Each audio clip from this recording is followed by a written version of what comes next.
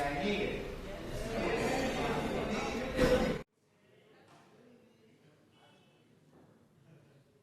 Lectured in B class all my life without a microphone.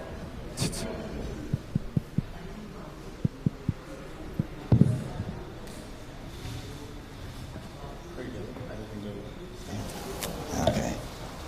All right. I don't like to be tied down, but here we go.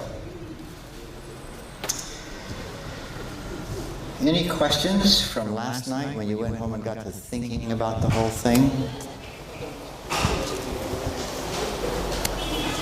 You can't even remember what to ask, right? Yeah. Yes, ma'am.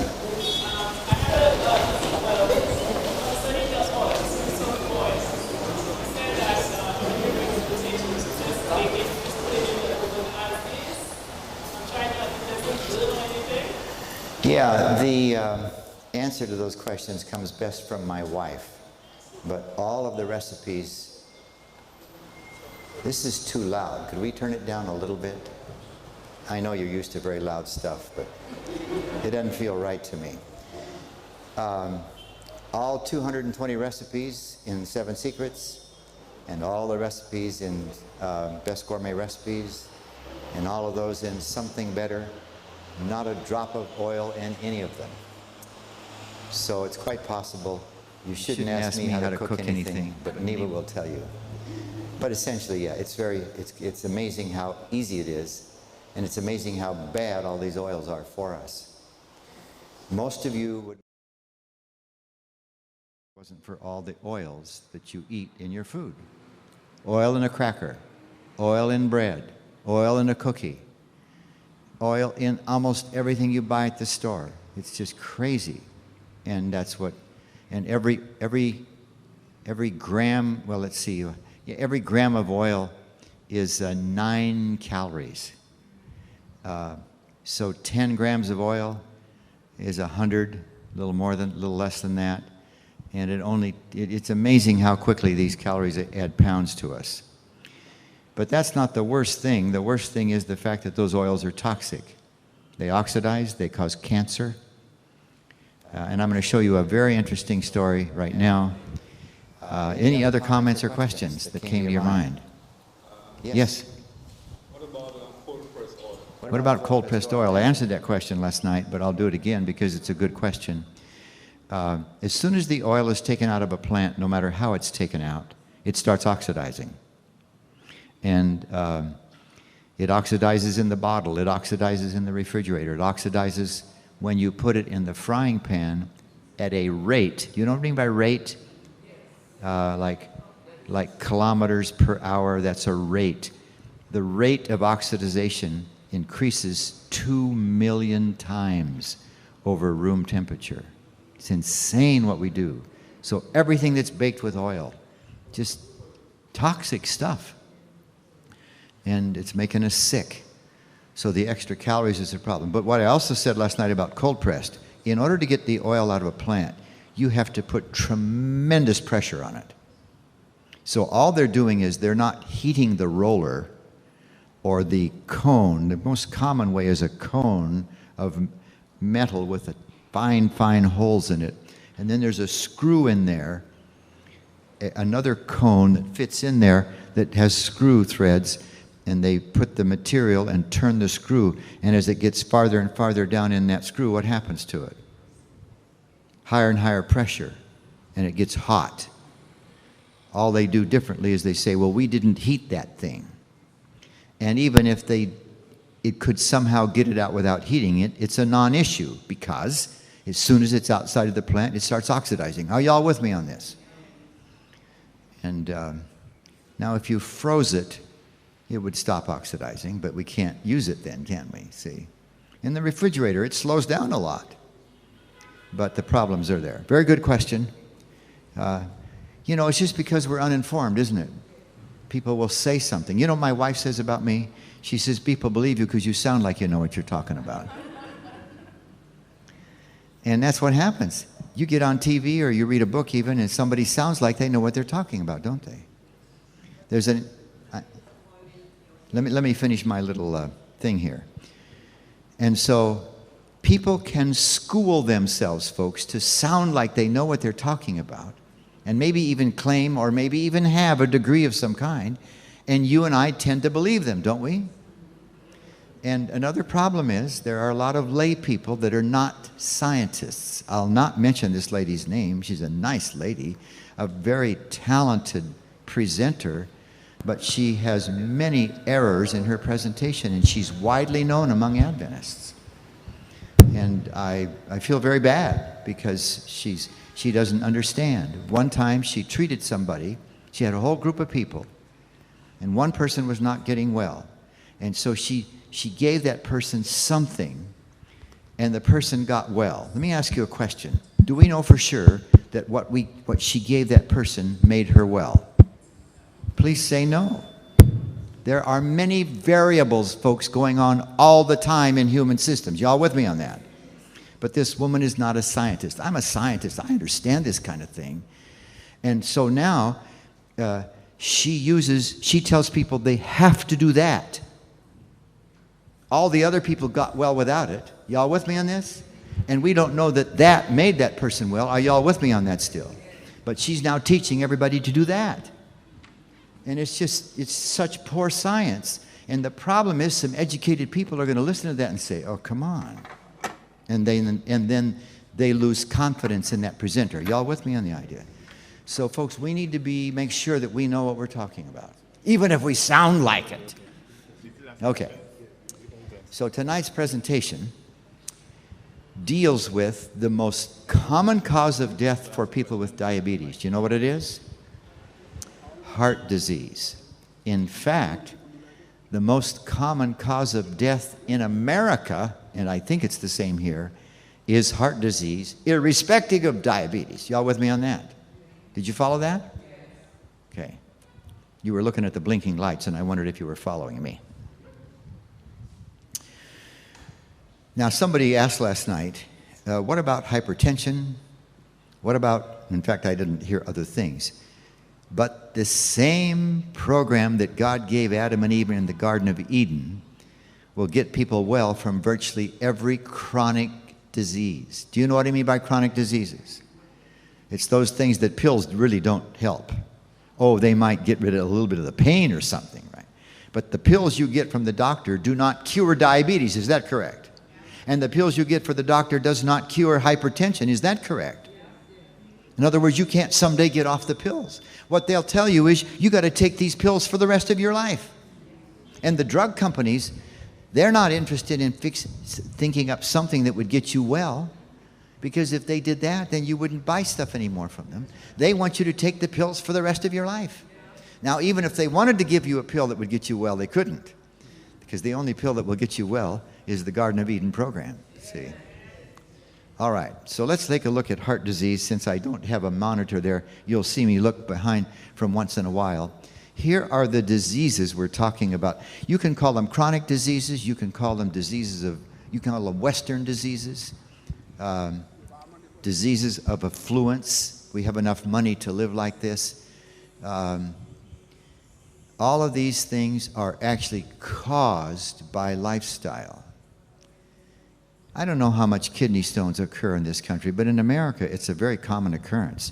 And they will tell you that the only thing that's more pain than delivering a baby is a kidney stone. Traveling from the kidney to the bladder. That pipe is very, very tiny. The pipe from the bladder to excretory is pretty large in comparison. So you get a little tiny stone in there, and it really hurts. But people on the Garden of Eden program virtually never, ever get kidney stones, folks. It's amazing. And lupus, kidney failure, claudication is when the arteries in the leg get the same problem that the arteries in the heart do. I think you know this word. We call it atherosclerosis. Are y'all okay with that word? We commonly use the word plaque to refer to that. So if that's okay, I'll speak of plaque. And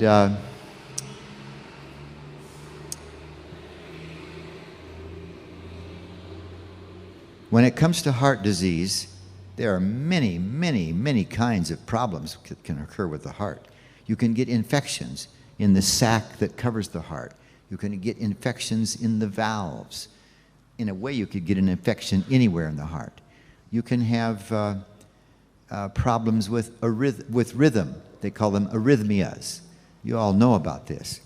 There's scores and scores of conditions, but when we just say heart disease to each other, what we're usually talking about is coronary artery disease, or the plaque that builds up in the arteries. Are you all with me on that? And let me tell you something that's not very good news.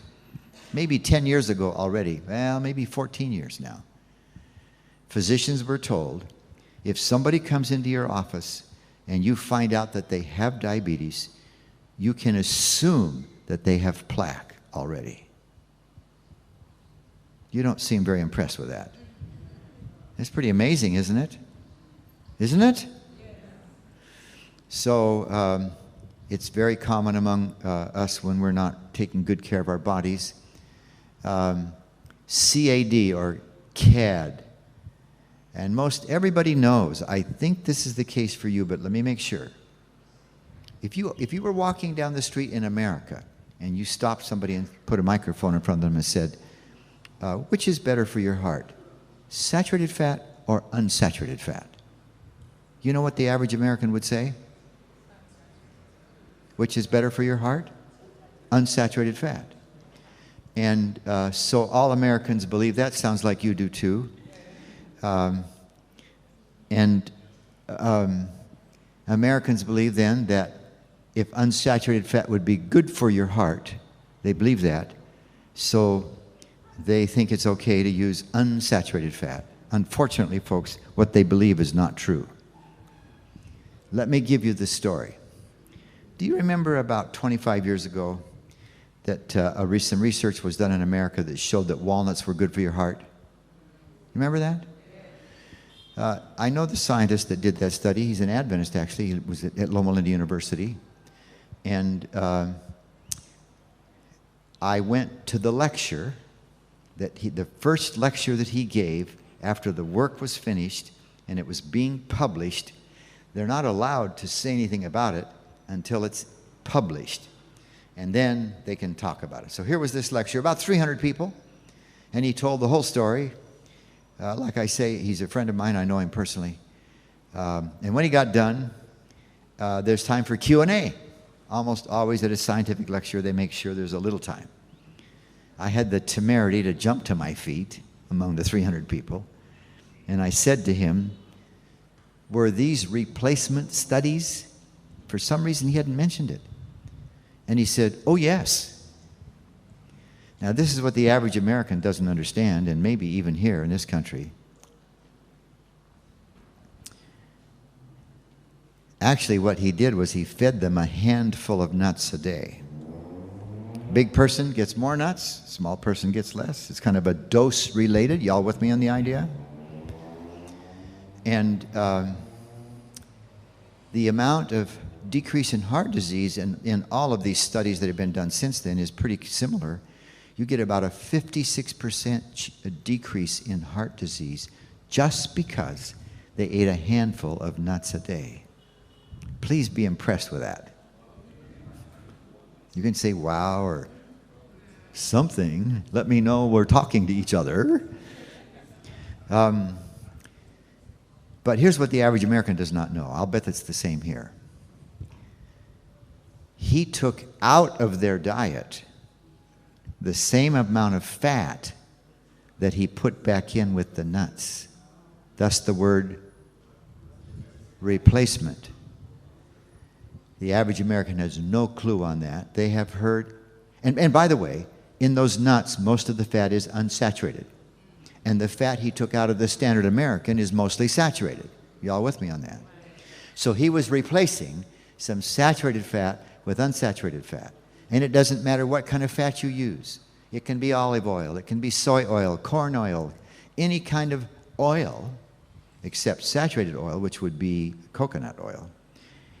You exchange coconut oil for somebody's saturated fat and you'll see no decrease in heart disease because the coconut oil is almost entirely saturated fat. Y'all with me on this? In any case, the average American has heard now that olive oil is good for you. It doesn't matter if it's olive oil. I'm going to repeat myself. It can be any plant oil. You get the same result. And I'll show you some pictures of that in just a moment. So here's what the average American does. They have their regular meal, and then they've heard that olive oil is good for you, so they'll, or maybe they'll do it beforehand, put a bunch of olive oil here, and a bunch there, because it's good for you. And they're worse off than they were before. Y'all with me on that? That's how uninformed we are, and misinformed. And there's no blame. I don't know who to blame. Certainly not the people, because we tend to believe people who sound like they know what they're talking about, right? So, this is a diagram now. Since Dr. Sabate did his study on walnuts, scientists have tested all the nuts except coconut. They knew better than to test coconut because the fat is what? Saturated. So all the rest of the nut. There's another nut. We call them tropical oils. Palm kernel oil and coconut. Now there's an interesting thing about coconut. I'm going to try to remember to tell you. There are 2 universities in the Caribbean who have studied whether or not Caribbean people get sick from eating coconut or even coconut milk, which is a partly refined product. Is that correct? Isn't that right? There's some that we don't. Now we might put it in something else, and that would be good. But anyway, I'll get to that story in a few minutes. So what you see on the board, if you can follow where I'm pointing, if the average amount of heart disease that people get, we call it 100%. We're just using it as a reference. And then we're going to have people eat nuts, and we're going to see if the heart disease is less. So the red bars represent people who very seldom ever get nuts, the red, and that's the 100%. If people get a handful of nuts from 1 to 4 times a week, there is a decrease in heart disease. Can you see that?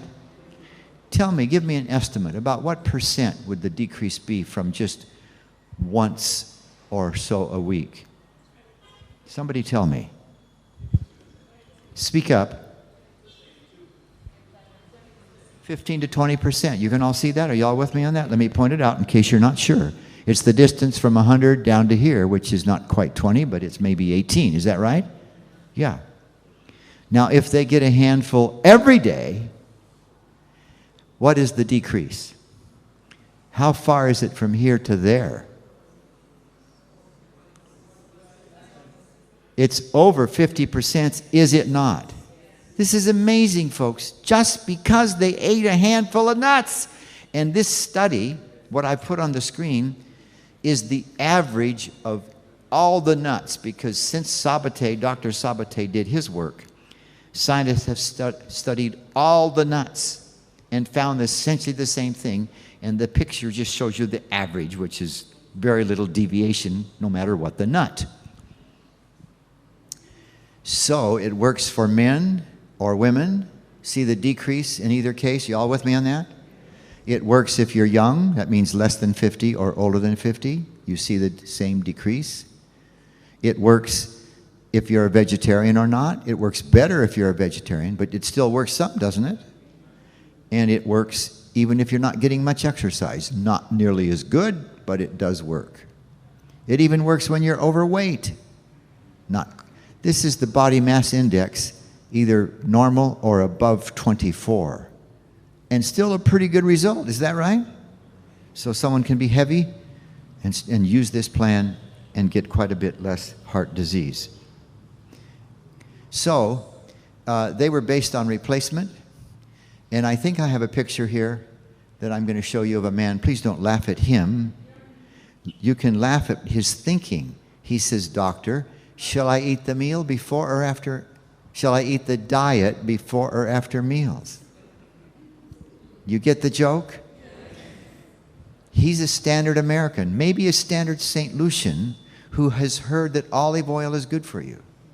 So that's the diet he's going to have after or before or something, see? So you're all going to never be fooled again. Is that correct? Please say yes. You got it now, all right? Okay.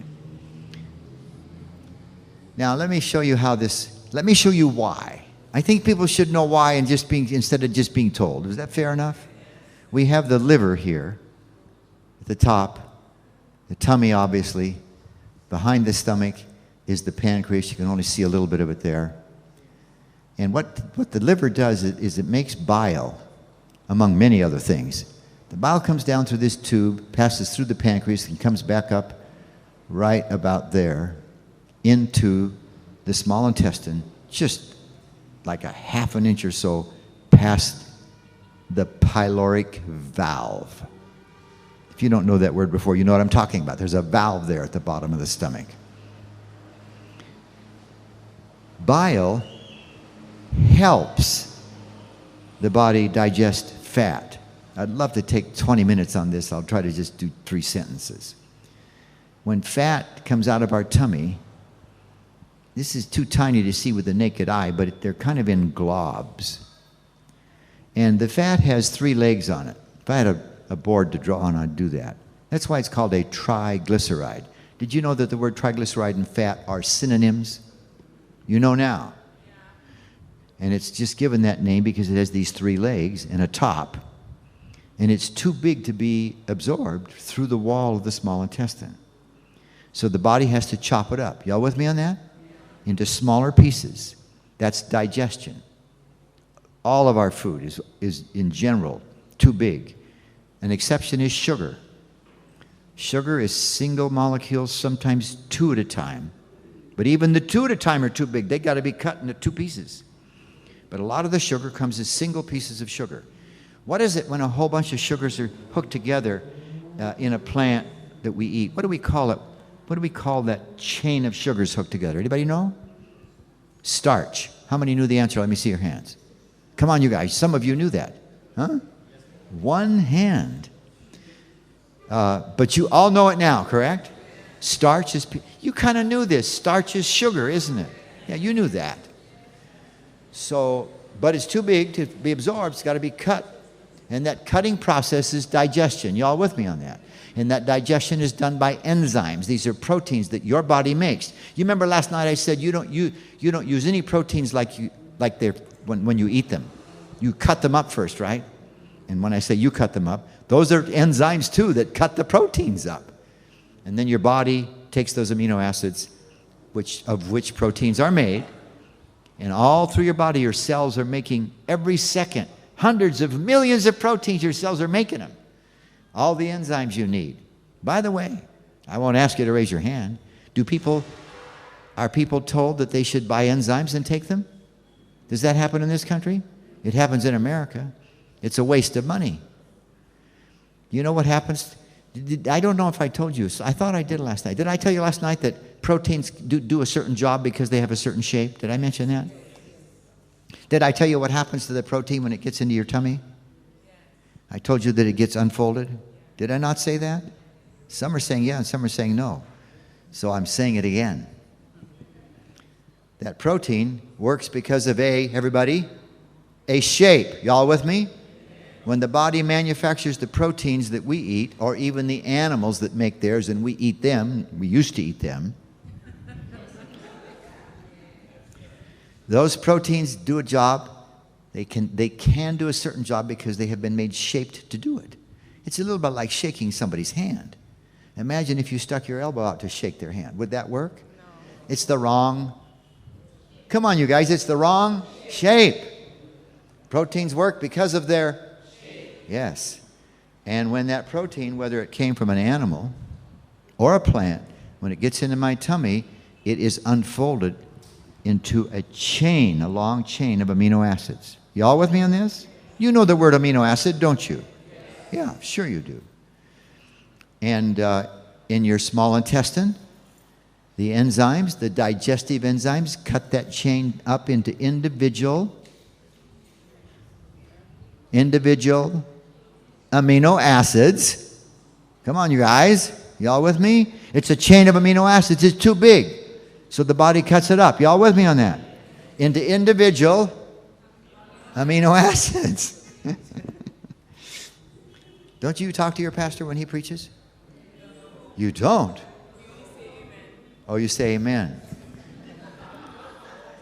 In this place, I want you to talk to me. That's good for you to say it, folks. It's good for you to say it. It helps you remember it. And I want you to know why. Now, I realize you may not be able to go home and tell somebody else why, but I want you to see that there is reason behind what God taught Adam and Eve in the Garden of Eden, right? We know today what the reasons are. So, the protein that we eat gets unfolded in the tummy, the small intestine, cut up. It's sent to all the cells where our bodies make our own proteins. All the enzymes we need, both digestive enzymes and enzymes that inside the cell cut chemicals apart. I mentioned last night that the little furnace, remember the little blue thing, is the place where the sugar or the fat or the protein is burned, but it's not a flame, correct? Because inside that factory there are enzymes that take it apart one piece at a time. Y'all with me on that? Some of you are looking around like you're not with me. And in the process of taking it apart, they get energy. Isn't that something? And what is the end product of taking the sugar apart? I told you last night. Let me use the same words. What do you get when you burn sugar? Carbon dioxide and water. And energy, correct? Yeah. By the way, if you have a question, you raise your hand, and my brother here will bring you a microphone. And when I see that you have a microphone, in a moment or two I'll stop. I want to hear your question. And they want to have the people listening to hear the questions too. So the bile is created by the liver to help digest the fat. If it wasn't for the bile, it's actually like soap. Have you ever put a dish in the sink, and before you put soap, what floats to the top of the water? A layer of oil, and you just put some detergent in, swish around. Is the oil gone? You just can't see it. The proper term is it's been emulsified. You know that word. Bile emulsifies fat, which makes it possible for the enzymes to get to it and take it apart much more quickly without that. Now, here's the interesting thing about bile. Besides that, it's virtually pure cholesterol.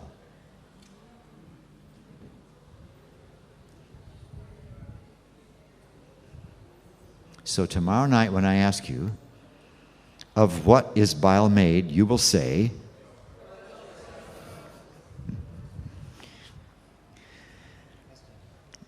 okay, let him bring the mic. So, follow me. There's 2 or 3 interesting points here, folks. When I eat saturated fat, my body makes more bile than if I had eaten unsaturated fat. You probably didn't know that, but you know it now. And because the bile is pure cholesterol, and for most people, that bile gets reabsorbed into the blood. What would that do to the amount of cholesterol found in your blood if the bile got absorbed into your blood? Everybody tell me, what would happen? It would raise the cholesterol. You follow me? Now, see if this makes connection. It's because saturated fat makes your body make more cholesterol. Because of that, people get more heart disease when they eat saturated fat. Because their blood cholesterol does what? It rises. Got it? So if you replace some saturated fat in somebody's diet with some unsaturated fat, they would naturally get less heart disease or a lower cholesterol and less heart disease. Y'all with me on this? Now, Americans don't know this. You probably didn't know that. I'll bet you didn't know that before you came tonight. Am I correct? Correct. Maybe 1 or 2 of you have had some schooling in nutrition and you knew that. This is why if you replace some saturated fat in somebody's diet with some unsaturated fat, they get less heart disease. But no matter what kind of fat you eat, your body does make bile. Are y'all with me on that? Yes. So this man that weighed too much and said, shall I eat the diet before or after meals? He's going to hurt himself because he's heard that olive oil is good for him. And he uses lots of it. I don't know about here, but in America, it's because it's good for you. They use a lot. Can you see that they're worse off? Because it's fat, and the body will make more bile even for that kind of fat. Y'all with me on this? Okay. On the issue of amino acids, do bodybuilders need to consume supplemental amino acids? Never. Did you understand the question? Yes. Do we need to eat as a supplement extra amino acids? Now, the health food stores will tell you you should, but it's just completely untrue. Lots of Americans, and I presume it's taught here, are worried about getting enough protein if you eat a plant-based regimen. And it's funny, folks. It's laughable because when men are building their muscles, they're told in America, eat lots of protein. And all you have to do is take that man and go out to the nearest ranch and find the biggest, meanest bull you can find. Or go to the zoo and find the biggest, most muscular animal there. What would it be? An elephant, a gorilla, a giraffe, a hippopotamus. Biggest muscles on earth. Where do they get their protein from? Plants. In fact, Americans are eating so much protein, and I'm sure it's the same here. It's causing kidney failure. It's causing osteoporosis. Now, you folks are harder workers than the average American, so that helps keep your bones strong. But is there osteoporosis issues in this country? Yeah. That would probably never occur if the protein intake was low. So the idea that protein is so important is such a false idea. If you get enough calories, even if you ate nothing but lettuce, you'd get 3 to 4 times as much protein as you have to have. And your brothers and sisters in this country, not you folks, of course, are getting about 10 times as much protein as they need, and it's bad for your kidneys and it's bad for your bones. Okay. Good enough? All right. So there's the gallbladder, which is the place where the bile is stored, and there's a little valve where the tube goes into the small intestine, which is closed all the time, except when the stomach says, give me some bile. So that's why the bile ends up filling the gallbladder. The gallbladder is just a muscle. And when the signal comes that says, I need some bile, and the muscle opens, the gallbladder squeezes and squirts a bunch in there to help. It does not digest the fat. It assists in the digestion. All right. So that's just kind of pointing out what I was talking about there. So the cholesterol connection is this. The liver makes bile to help digest fat. It makes more bile for what?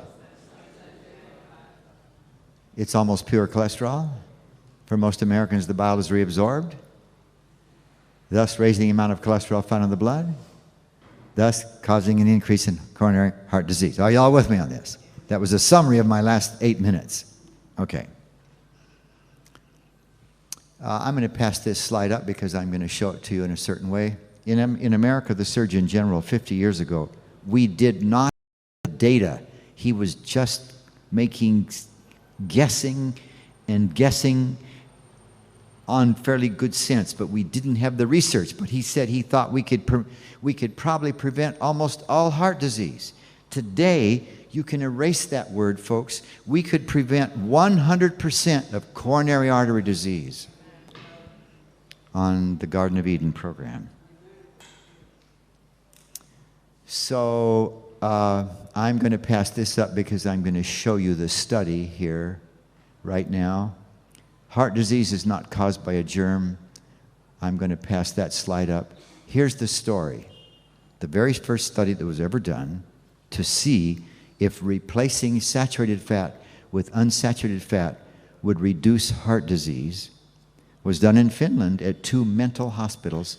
And the hospitals, the first letter of the name is on the screen there, N and K. The death rate from heart attacks was about the same in the 2 hospitals, 13 to 15 per 1,000 patients per year. And they gave them a dietary intervention. In other words, they changed what they ate. Actually, they did this for one hospital, and the other hospital, they left them alone. What do we call that? What do we call this other hospital? That's the control group. You know what I mean, don't you? So there's the experimental group and the control group. And no scientific study has any validity without a control alongside the experiment. That was the problem with the lady who did something for this person and thought she got well because of it. Are you all with me on that? And you know, it's very amazing what they did. This is astonishing. The only 2 things they did was they took the saturated fat out of milk and replaced it with what? Soy oil. Soy fat, it's okay to say that. And they gave them margarine instead of butter. Now you've heard that margarine is bad, haven't you? You know what Americans do when they hear that margarine is bad? They eat butter, which is really bad. And I'll explain it momentarily. But that's what they did. Now, in case you don't know, I think you know this, but in case you don't, you take any oil, you put it in a big pot, and you hook up a canister of hydrogen, a little tube, to the bottom of the pot, and let the hydrogen bubble up through the oil, and you're heating the oil. The bubbles disappear before they get to the top. You know what has happened to the hydrogen? The fat has become hydrogenated. You know that word, don't you?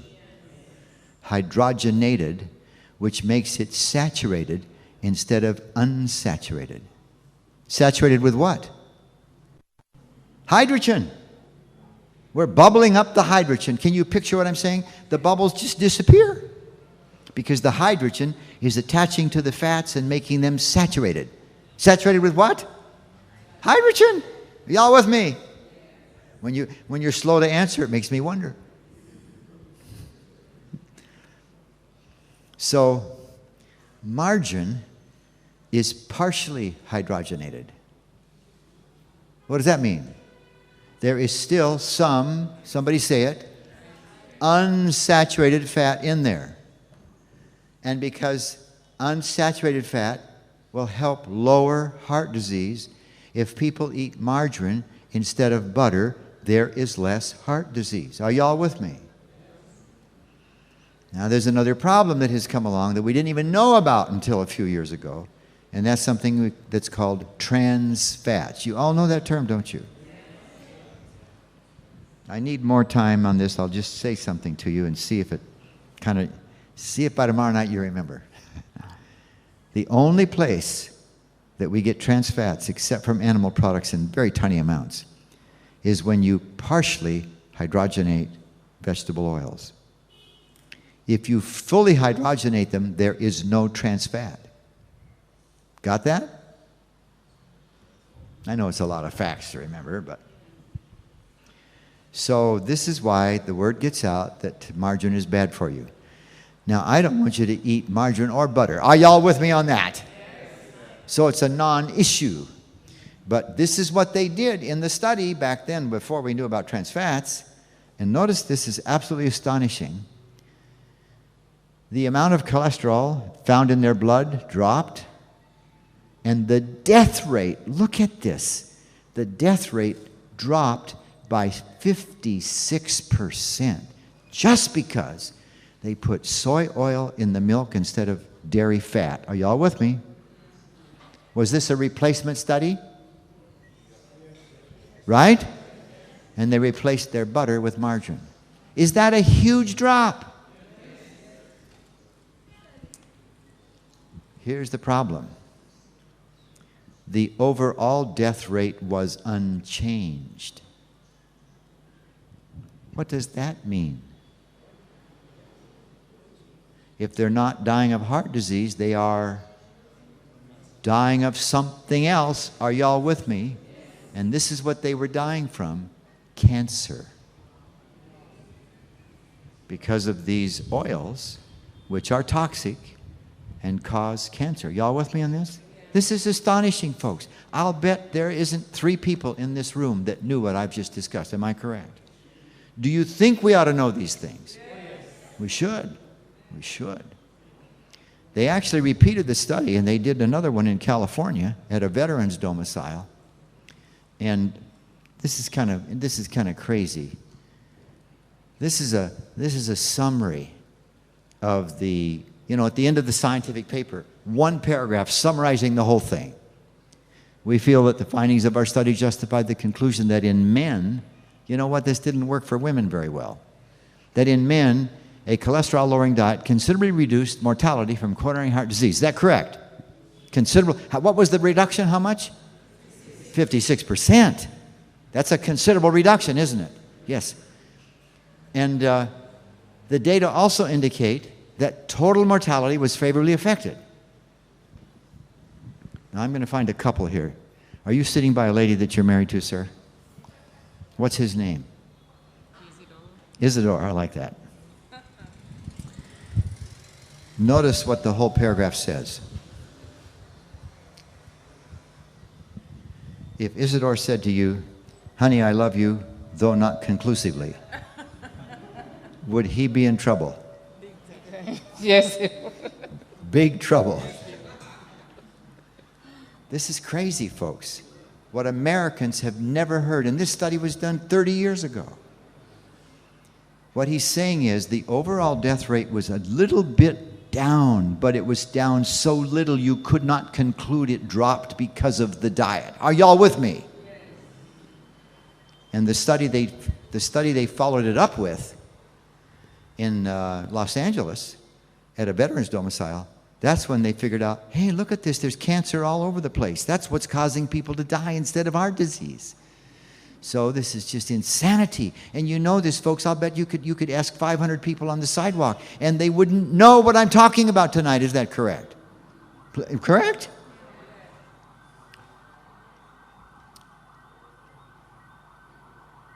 I'm going to pass up a couple of slides here, which are not very important, just trying to illustrate something.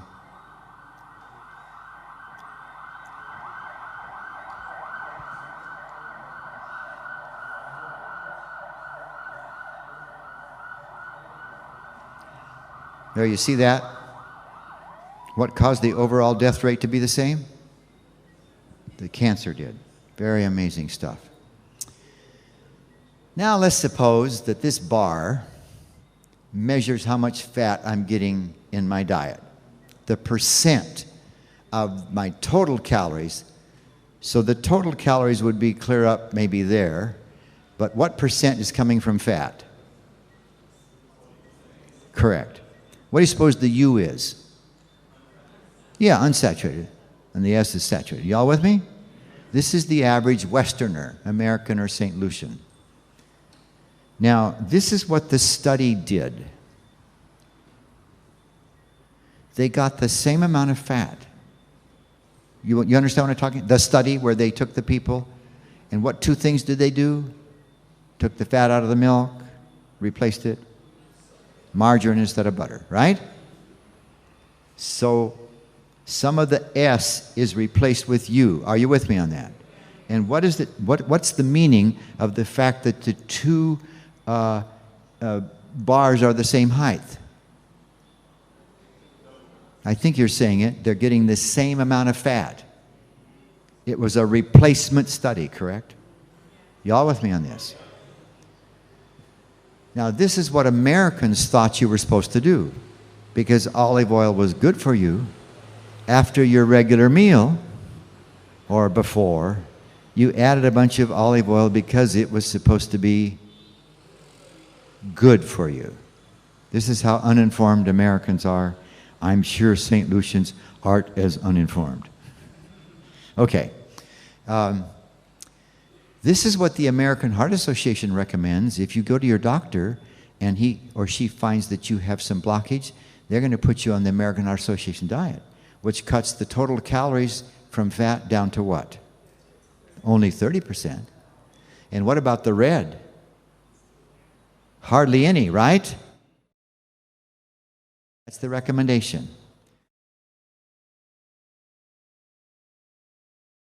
Help very much at all.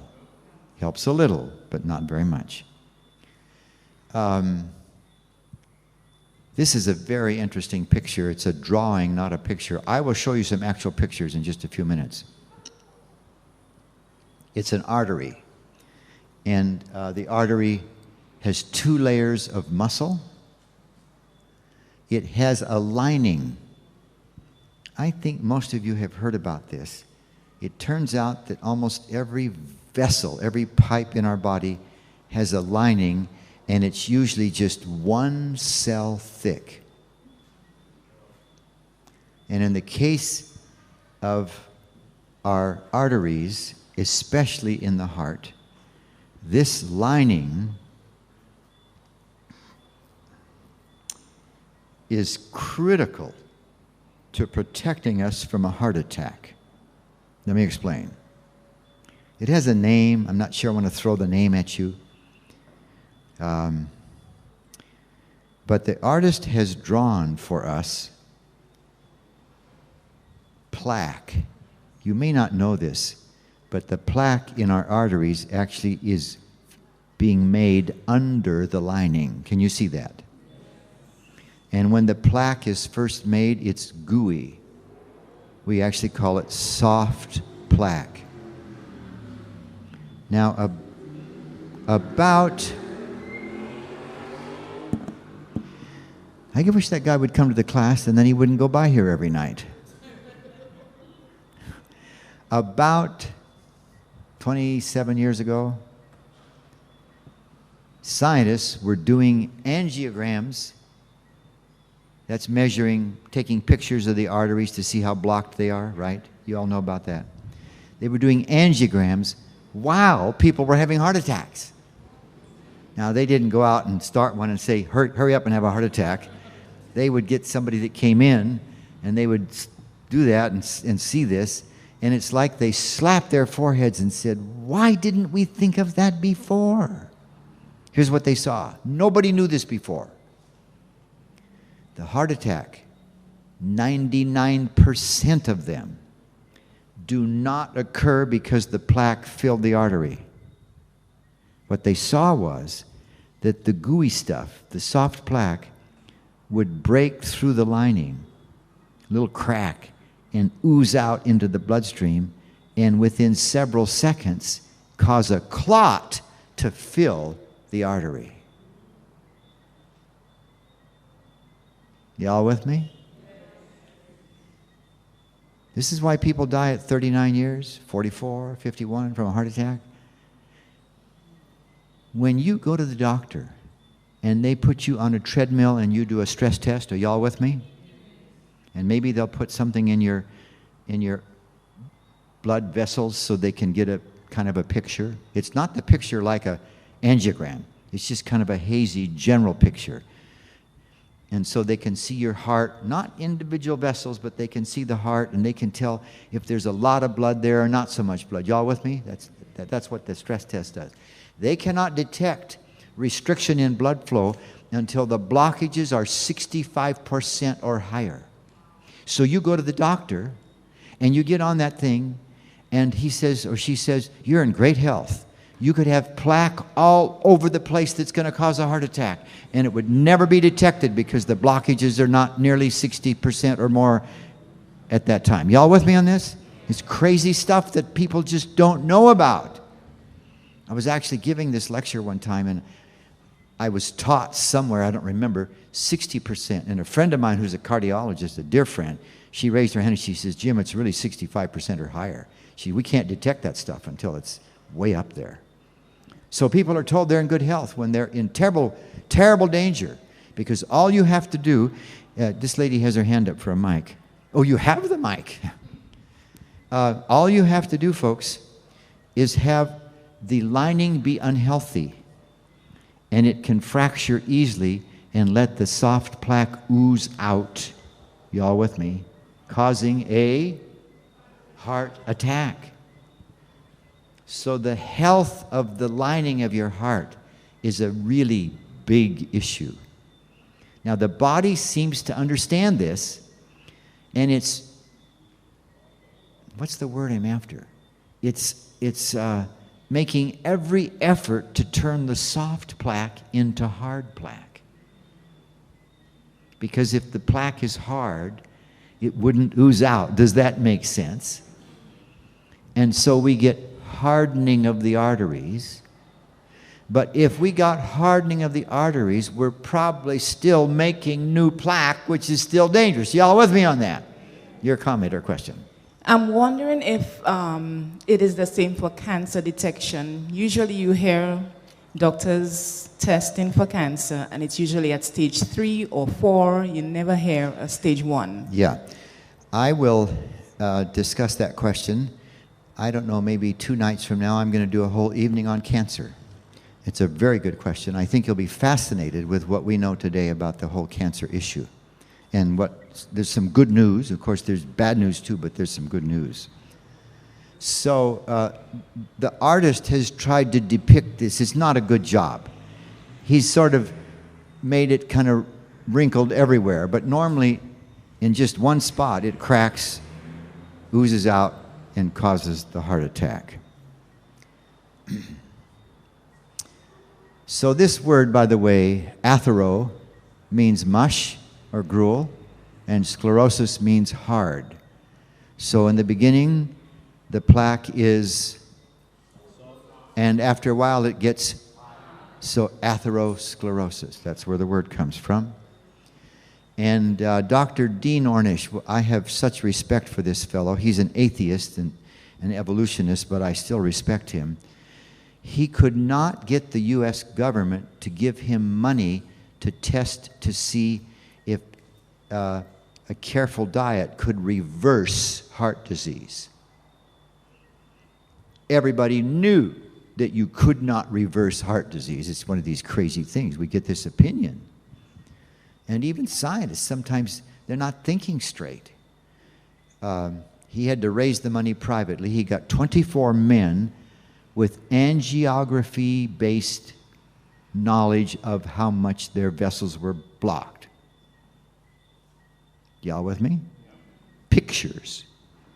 And he measured each centimeter of all 3 arteries and wrote down how much that was blocked. None, or a lot, or a little, whatever. He randomly took this group of men into 2 groups, randomly. And this group, he put on the American Heart Association diet. And this group,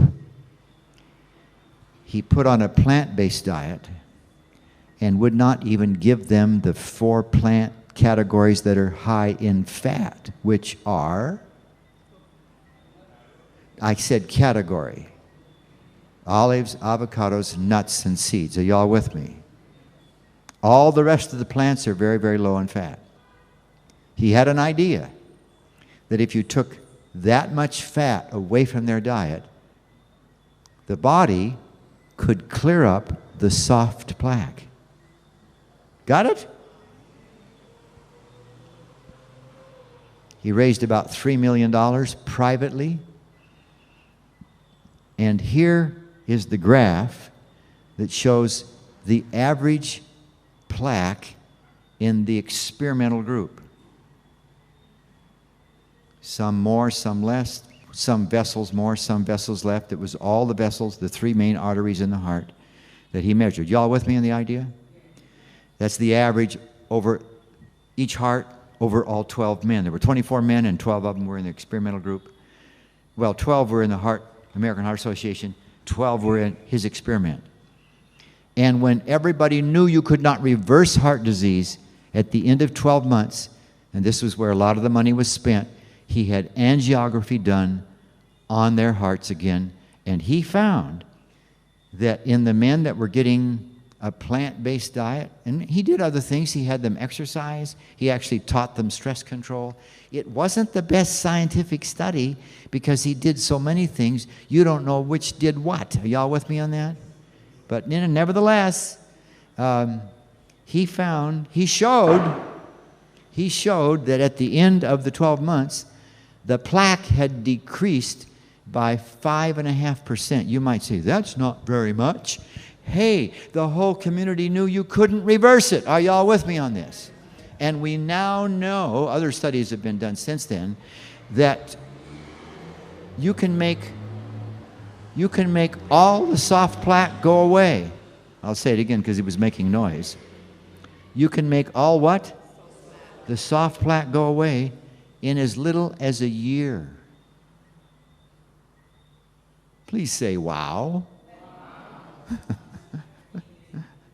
Isn't that amazing? And by the way, what we also have learned, long before that soft plaque goes away, the lining becomes healthy and the risk of a heart attack is virtually gone. Is that amazing? The lining of the artery is especially vulnerable to plant oil oxidation. Shall I say that again?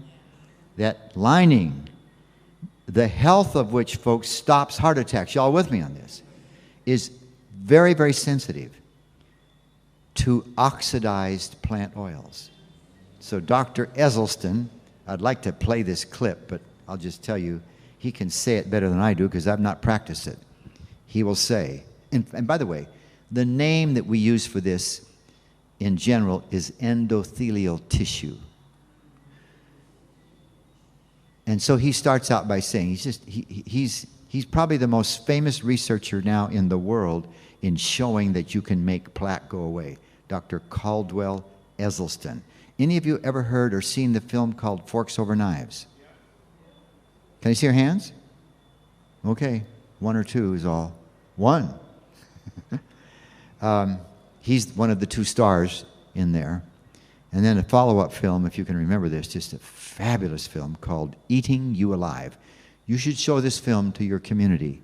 Maybe it's 2 hours long, so maybe a half an hour each night for 4 nights to yourselves and to the community, and then have discussions and help people get involved in some cooking classes or whatever. Here's what he says. Oil damages endothelial tissue. Oil in a cracker, oil in a cookie, oil in a frying pan, oil in bread, oil in anything. Does what to endothelial tissue? It damages it, destroys it slowly. So this is one of the reasons why we say we need to use the food like God made it in the Garden of Eden. Can you remember what you were going to say? I think the microphone is not on. Thank you. Start again. Okay, I was saying, according to most physicians, certain families are genetically predisposed to cholesterol. Their bodies just manufacture cholesterol on its own. And you cannot change the outcome by changing the diet. You have to go on some type of pill. Completely false. Our bodies do make cholesterol in the form of bile. And if I have a whole plant-based diet, the bile will not be reabsorbed. Did you all get that? Is there a genetic weakness for heart disease? Yes. I have a whole lecture on that. I probably won't be able to get to it this week. If you came to our place for 6 days, I do 3 lectures every day, so I can cover a lot of territory. But I'll just tell you, in short, there is a genetic window. I'm at the top of the window because my dad died of heart disease and his dad died of heart disease. They wouldn't have had they had a proper lifestyle. And I probably will not because of my lifestyle, even though I have the genetics for it. Very interesting. Good interesting question there. All right. Now notice that the control group, what diet were they on? American Heart Association diet, which cut the amount of calories from fat from 40 to 30. Remember the American Heart Association diet? And he told them to exercise. He didn't insist on it or measure it. So again, it's got some scientific problems here. And he told them to control their stress, but he didn't fool with it. With the other group, he put them in, you know, he measured whatever they did and tried to get them to be consistent with it. Anyway, theirs was a little higher on average than that one, but just about the same. That's how much plaque is, what percent of the artery is blocked. You understand that, right? On average, over all the men, all 12 of those other men, and averaged over each of their 3 arteries. And on the American Heart Association diet, at the end of 12 months, their plaque had increased by 9%. On what diet? On the diet that your cardiologist says you should go on when you have heart disease? It's amazing, folks. It's amazing. And we tend to really believe what our doctors say, don't we? And they say you can't help it, you have to take pills the rest of your life. It's not true.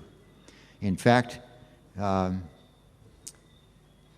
Surgeon General, I put this on the screen at the beginning, today says 100% of coronary artery disease can be prevented.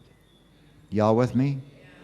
There is an extremely, extremely tiny fraction of people that have a genetic anomaly that is not true. There's like, in the whole of the US, there's maybe 6 or 7 people that have that. So you can essentially say 100% of this can be prevented. Now let me show you something really, really interesting. These are actual photographs of arteries taken out of dead people, coming out of the screen and chopped off. I think you're familiar with this name. We call it a cross-section, okay? And this is the inside of the artery. This is plaque. All of this stuff is plaque here, except that portion of the plaque is soft. The rest of the plaque, all here, everywhere in there, is hardened. Are y'all with me? And there's one little area in there that we call the atheromatous core. What does atheroma mean? Soft, right? Mush, gruel. So the body is pretty successfully hardening this plaque to try to save its own life. And in fact, it even has quite a bit of thick plaque hardened over the dangerous stuff. Does that make sense? Because I didn't say this is the only place where blood is flowing. Y'all with me on that?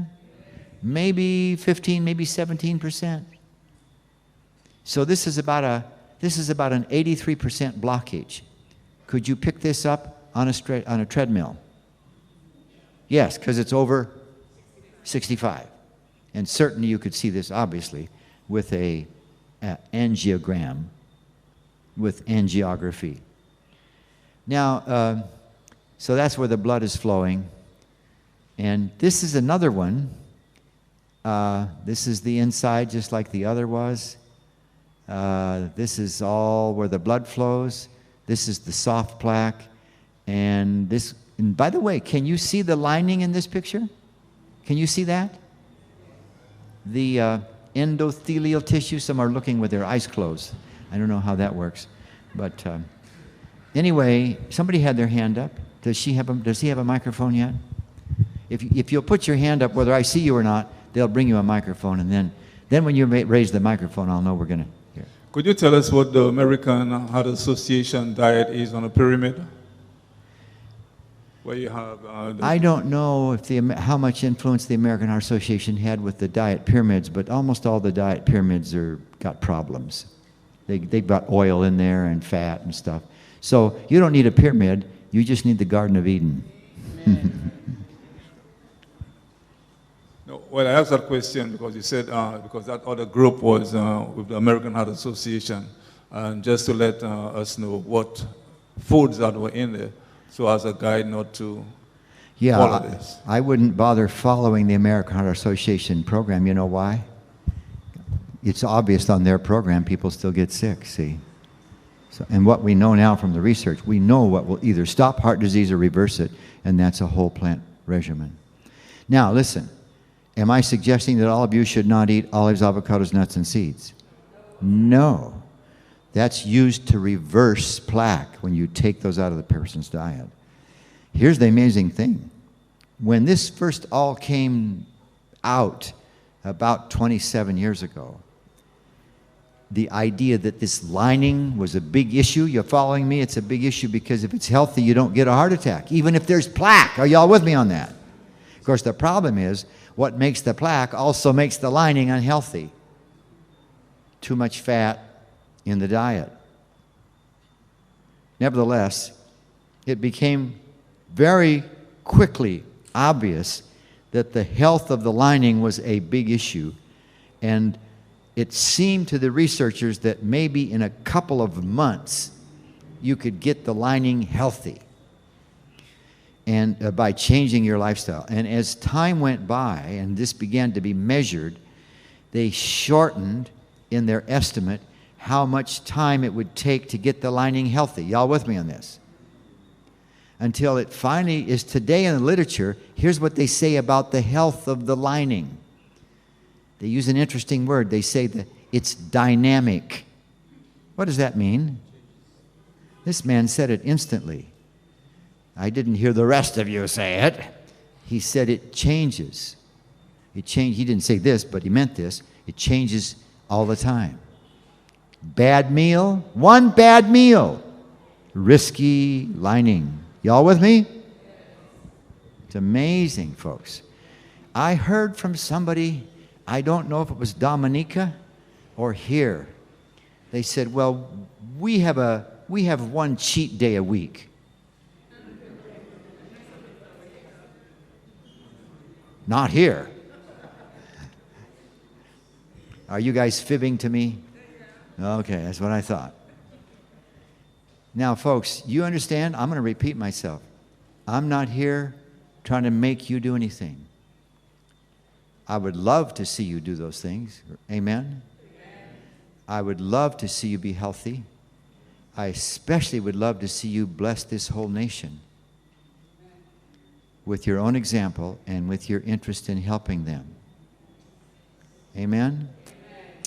Now, Gilbert Jean-Francois came to me yesterday and he said, what can we do? What can we do to really make this work? I said yesterday, I think we were discussing it today. You understand, folks? I hate to tell you this. Even though every one of you should do this, would you agree? The likelihood of even several of you really doing it is even small. Are y'all with me on that? Which is very sad, isn't it? Because it's such a good thing to take care of us. And I'd like you to work on this. I'd like to see you people get your heads together and sit around in a room and say, what are we going to do, folks? What are we going to do? What kind of a thing should we form so that every person in this room who decides to do it, are y'all with me on this, friends? Which I hope is like, I wish it was all of you. So that every person in this room who decides they're going to do this, I don't know what it would be like. Support, accountability, partners, meetings. I don't know, folks. But I would love to see you get yourselves together and determine to make this happen in your life and in the lives of everybody in this room who want to and are deciding to do it. I'm repeating. Y'all with me on this? I don't necessarily know the answer to how that would work. But it breaks my heart. I was the vice president at Weimar Institute for 2 years because when Dr. Neil Nedley first became the president, he couldn't be there. He was practicing medicine in Oklahoma. Weimar Institute's near Sacramento, California. He called me up and asked me if I would come be him there for 2 years till he could move there. So I was the boss for 2 years at Weimar and watched this happen. People pay $6,000, I told you this. And 1 out of 10 of them go home and stay on the program. But listen to this. They all left there intending to do it. Are y'all with me on that? So something is wrong or something needs to be done. Are y'all with me? And I want you to do that. Would you like to do that? Would you like to get together and say, let's build some kind of a structure? I'm speaking metaphorically, right? Let's build some kind of a structure that will help us, I don't want to say make us, that will help us do this thing. And I want that for you, but I've told you already, folks, what I can see is what you could do for your country. You could win the hearts of your countrymen, couldn't you, friends? And help them get well. So we're going to be together 4 more nights, correct? Right? Would you guys please pray about this, talk to each other? Why don't we finish this week with you deciding how this is going to be done? Fair enough? And don't feel sorry for somebody that does this, folks. If you came to our house, you would sing Neva's praises 24 hours a day. The food is fabulous. I think I told you already we have ice cream on waffles every Sunday morning.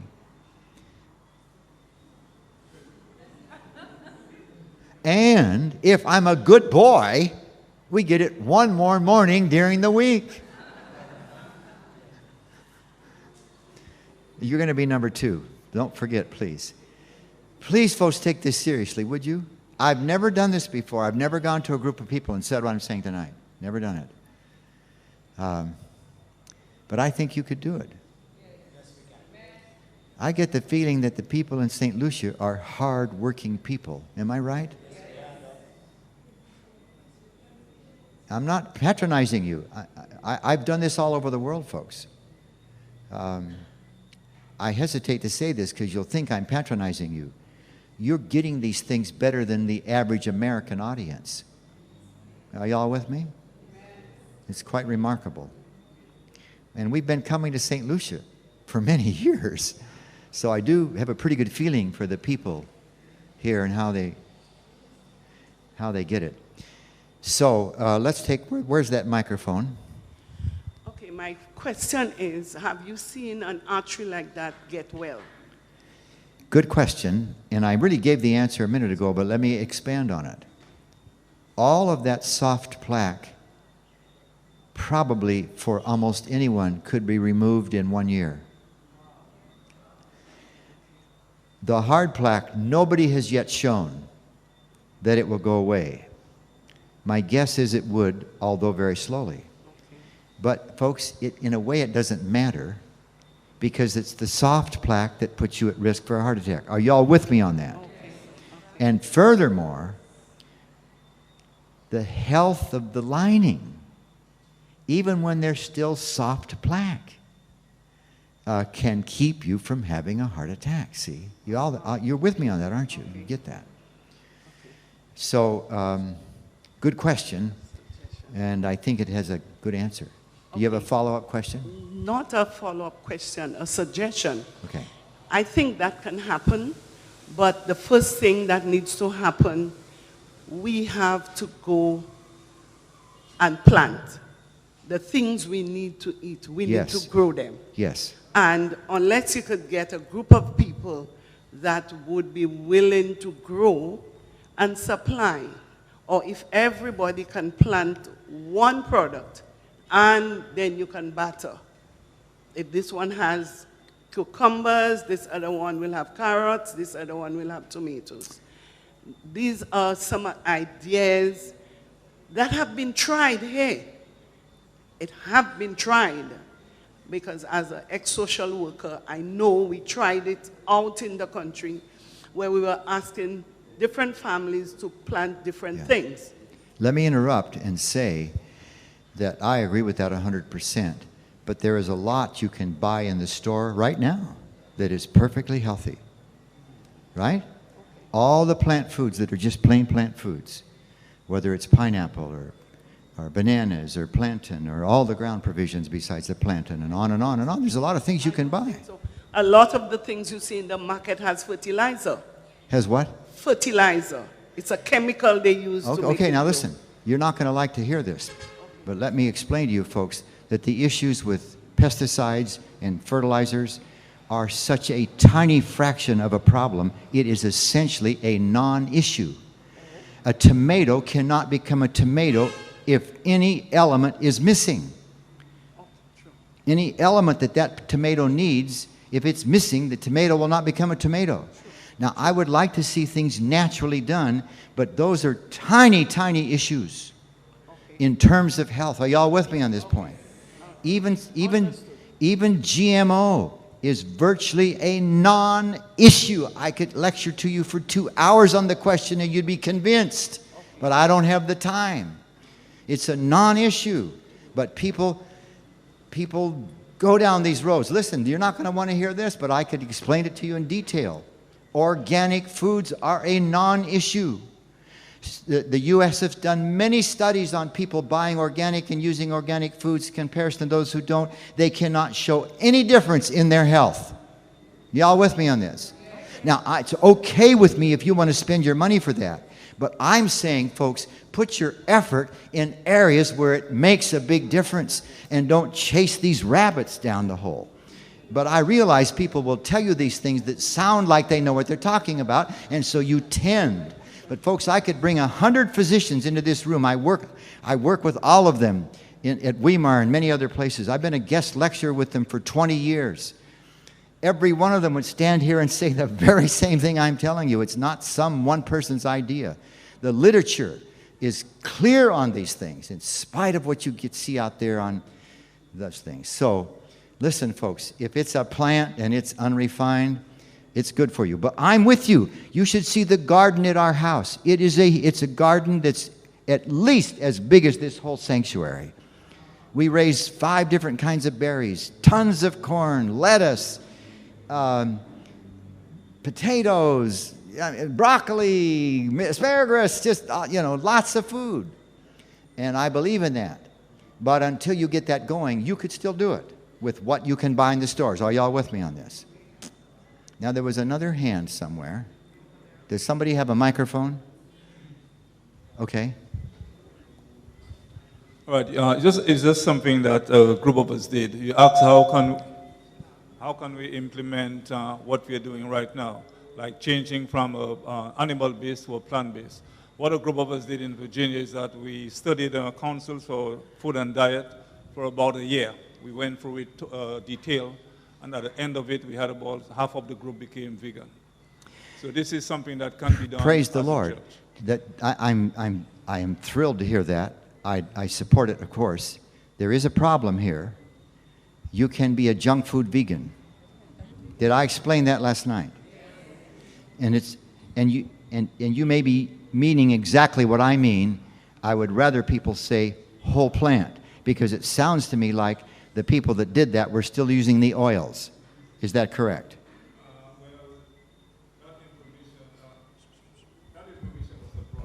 Was not brought out. But about that saturated oil was bad. Not just saturated. All right, but now you're bringing that information with. Yeah. So that's with what I'm other oil. saying. That's what I'm saying, that is generally not understood by the people, and it's a huge issue. It's a huge issue. So you can use any term you want, but what I want you to mean is whole plant food. You all with me on this? So, very good. Yes. Are you saying that oil is the main contributor to plaque in the arteries? No. She said, I think you heard, oil is the main contributor to fat in the arteries. No. it's all the fats.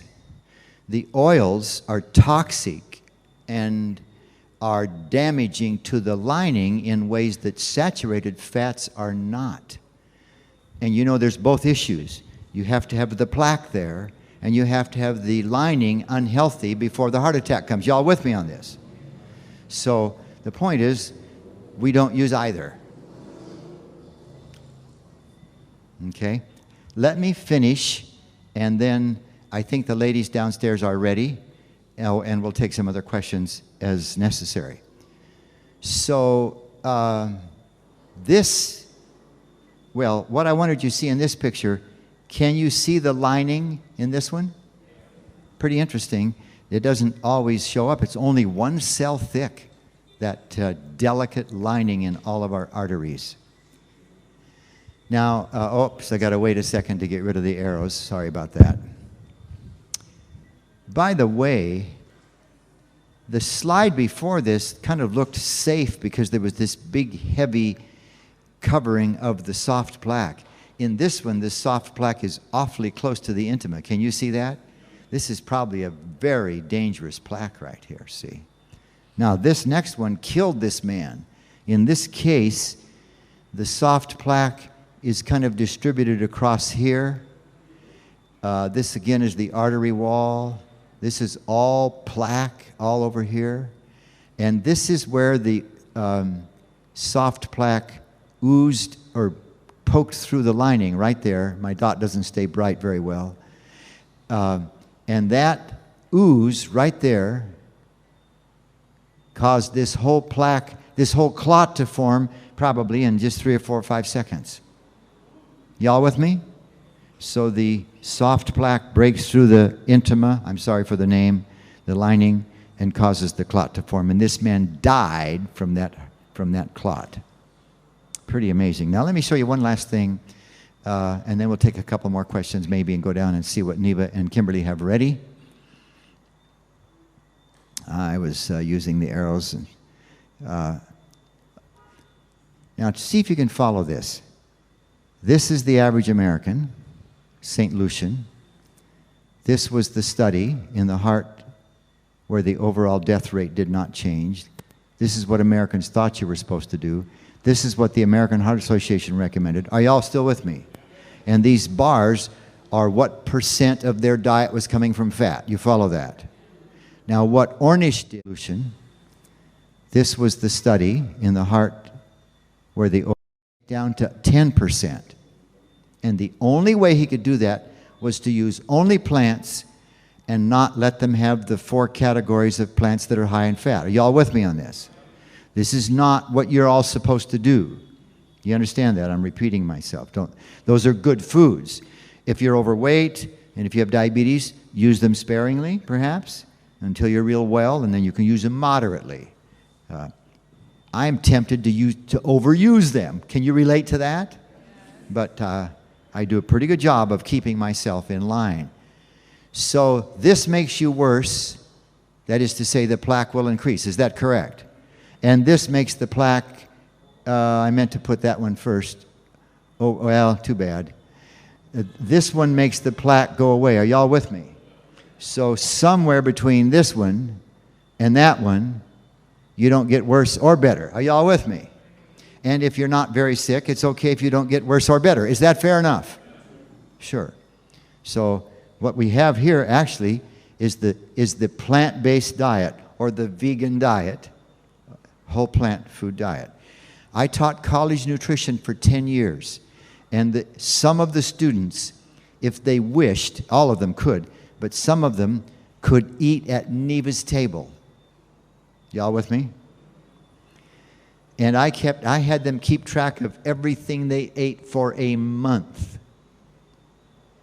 And then with the computer, it's pretty easy to get the results, right? And the average student who ate at Neva's table, their fat intake fell. I don't think I have this on the screen. Their fat intake fell between 17 and 20%.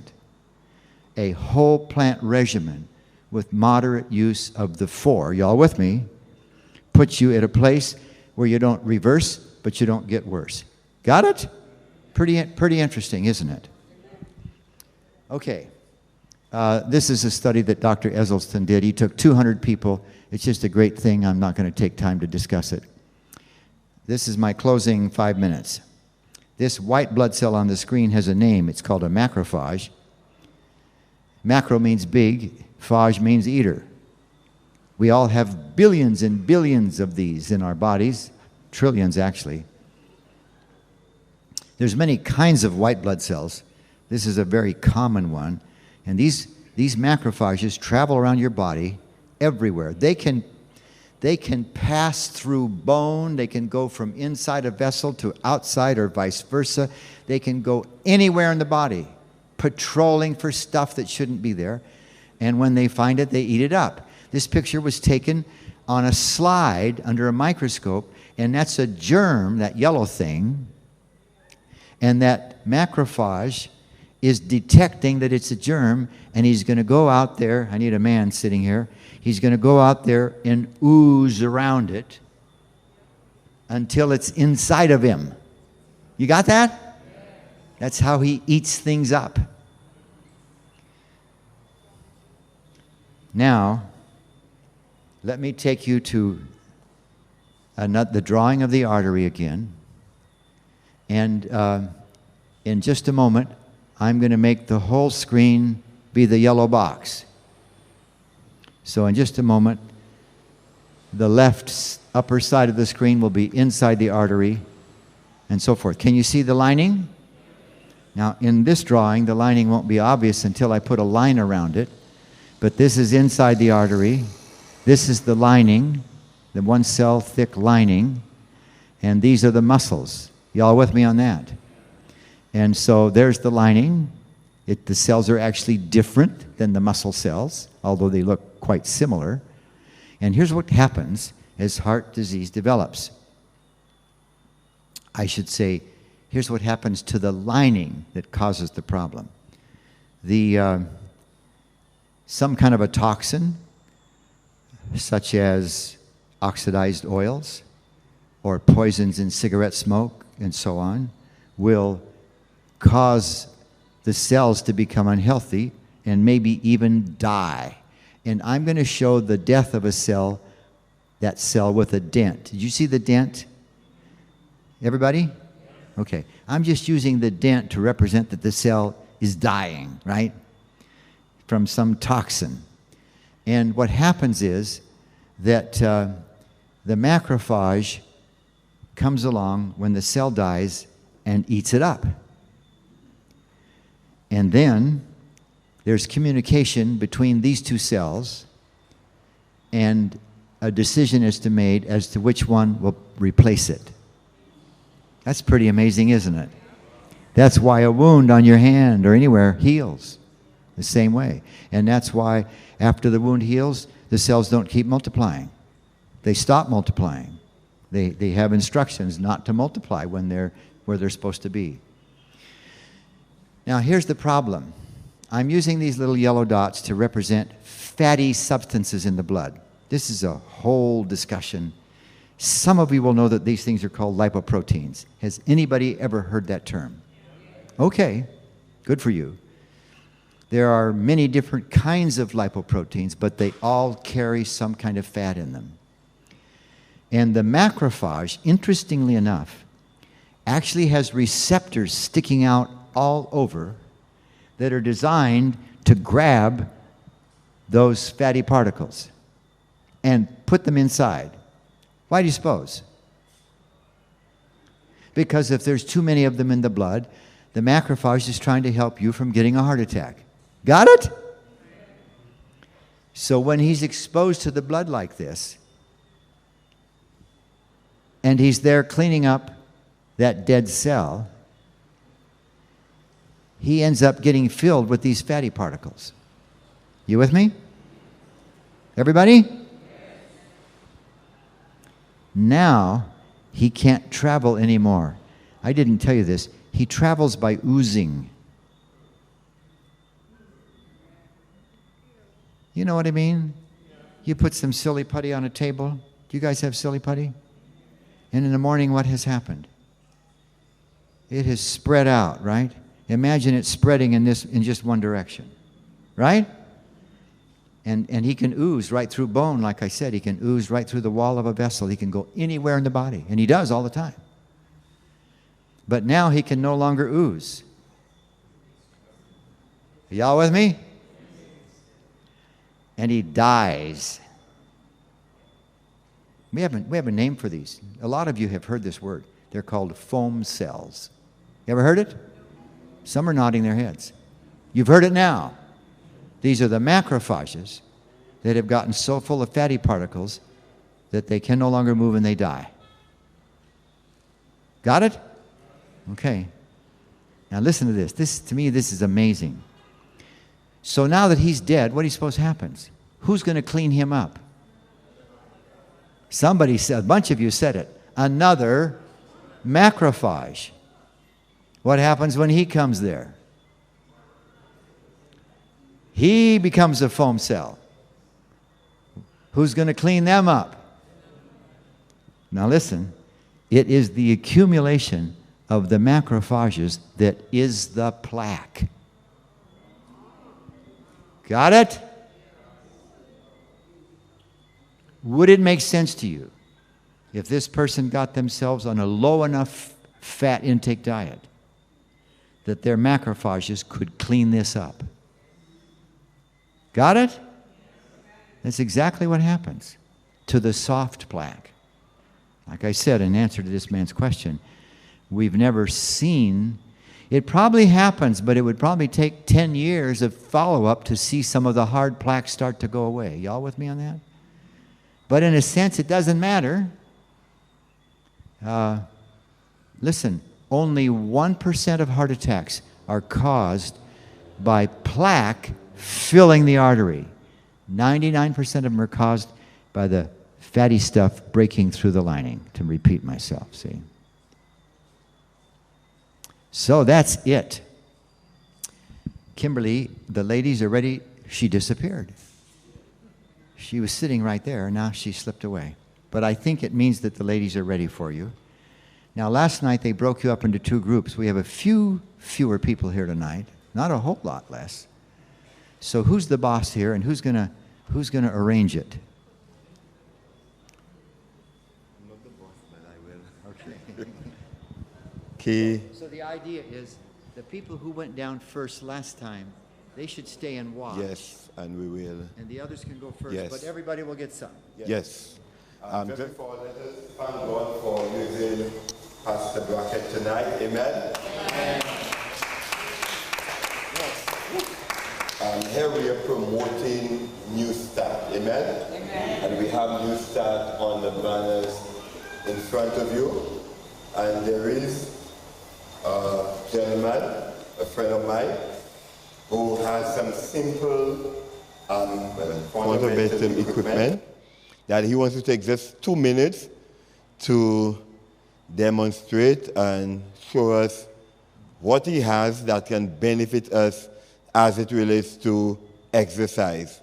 So we'll take about 2 minutes, right, to do that before we break to go downstairs. Thank you very much, Pastor Philip, and thank you very much, Dr. and Pastor Brackett, for all the information that you've been providing us. Good evening, ladies and gentlemen. My name is Michael Mulwee, and I hail from the congregation of Bethany, Babonneau, and I'm excited to be here. I was told 2 minutes, so let me try to be quick. Let me just lay the foundation before I introduce the product that I've begun producing. 4 John verse 2 says, Beloved, I wish above all things that thou mayest prosper and be in health, even as thy soul prospereth. And the other one is Philippians chapter 4, verse 13. Many times we say we cannot do things, but let's be reminded by this scripture. I can do all things through Christ who strengthens us. Now this takes me to the product.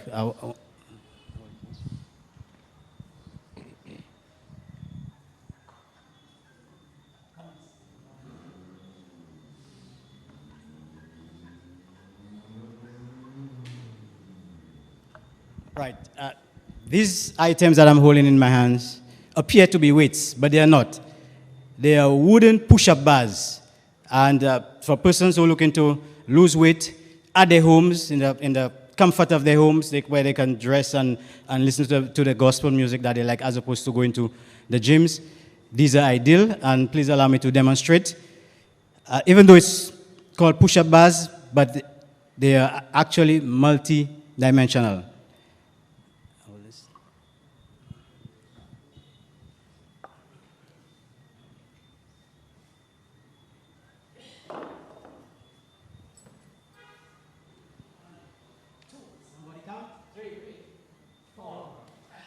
Good for strengthening your chest, abs, entire torso.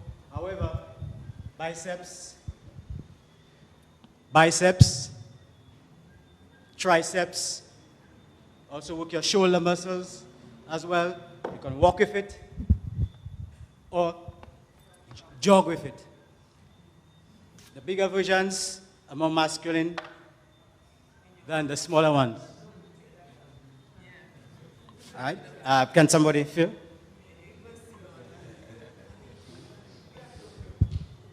Very light and produced right here. It's not my invention. I will not take credit for it, and I thank God for it. Thank you, Pastor Philip, for this opportunity, and may God bless us. Let us reverse diabetes, hypertension, and obesity, not now.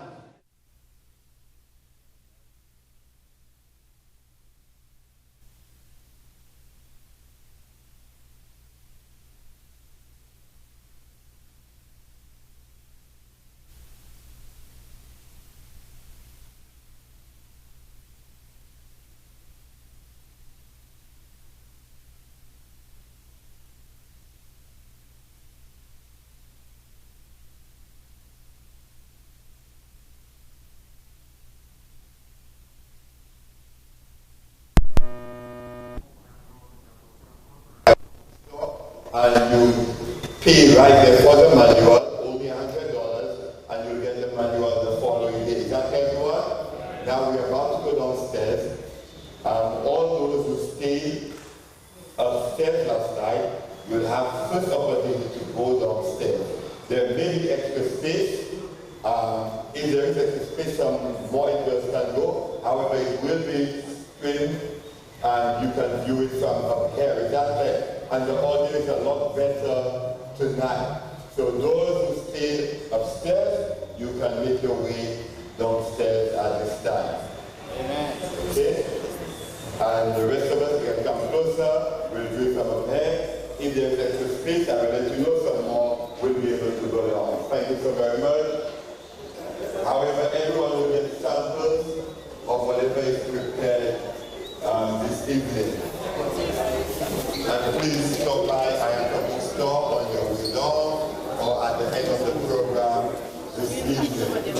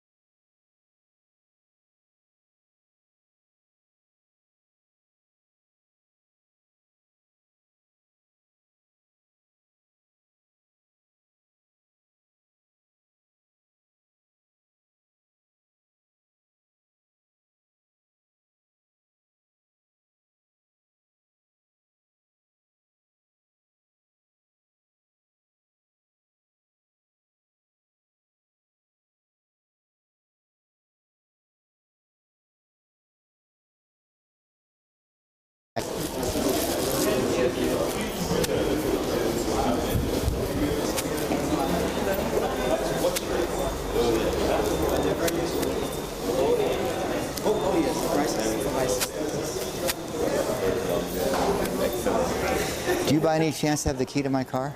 No, I don't. Somebody parked it for me and said they would. Okay. I need to put some things in it, so if you can find out You who have it any is. idea who packed for you? You know his face, but I don't know who he is. Okay. Somebody packed for you. And you want the key to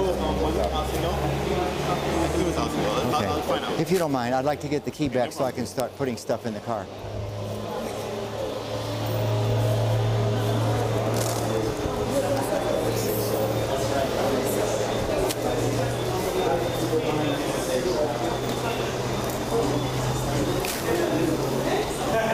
What do you guys think? Huh?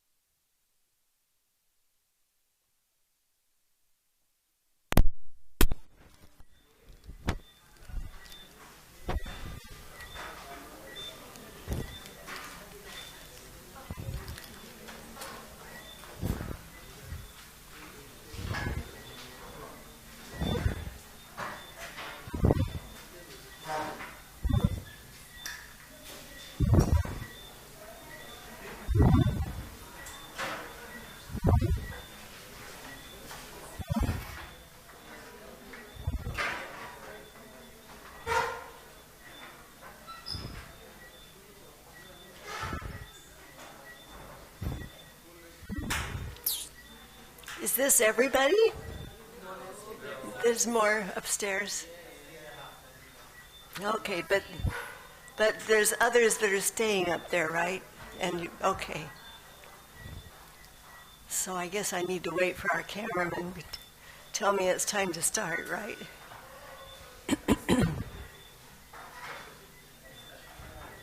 She's on?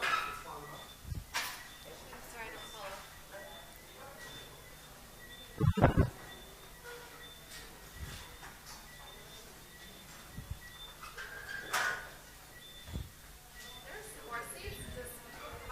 Yeah, there's some seats right here. We can tell it's 1, 2, 3, 4, 5, 6, 7, 8, 9, 10 seats more. Yeah, so don't hesitate to just come right on up and fill these spots. Oh, you get a front row? Yeah, good for you.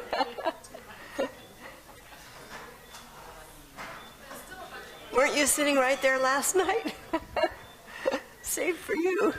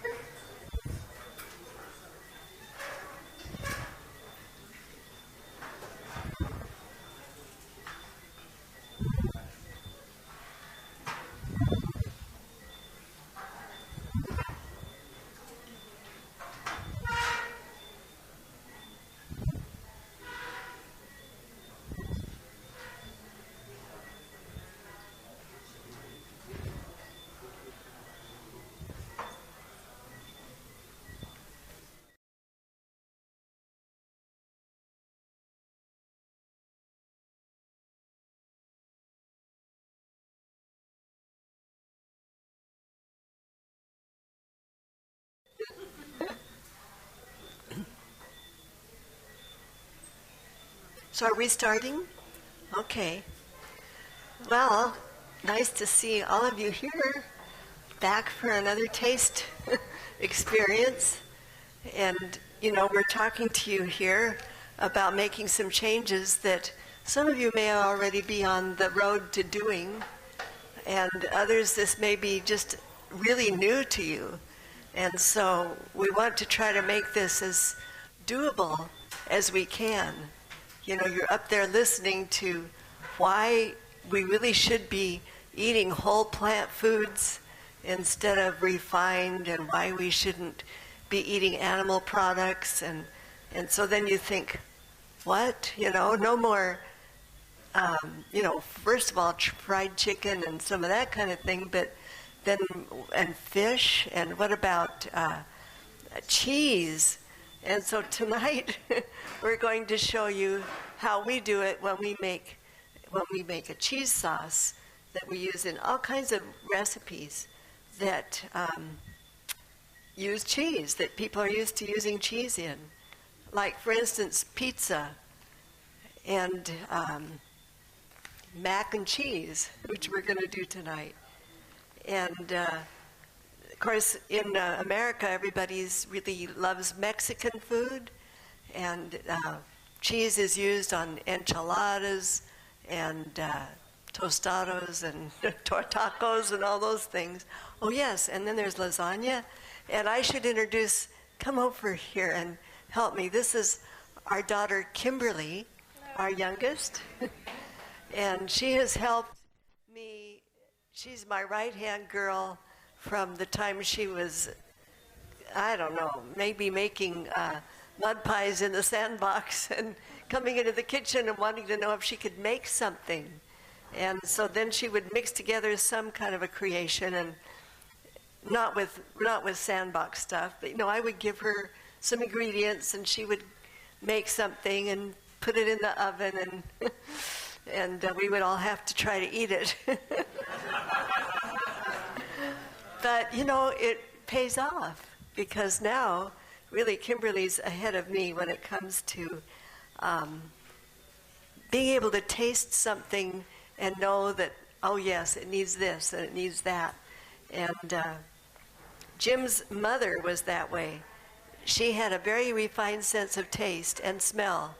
And our first cookbook, called Something Better, it was, if I look back at it now and look at those recipes, an 1/8 teaspoon of thyme, a 1/4 teaspoon of savory, or whatever.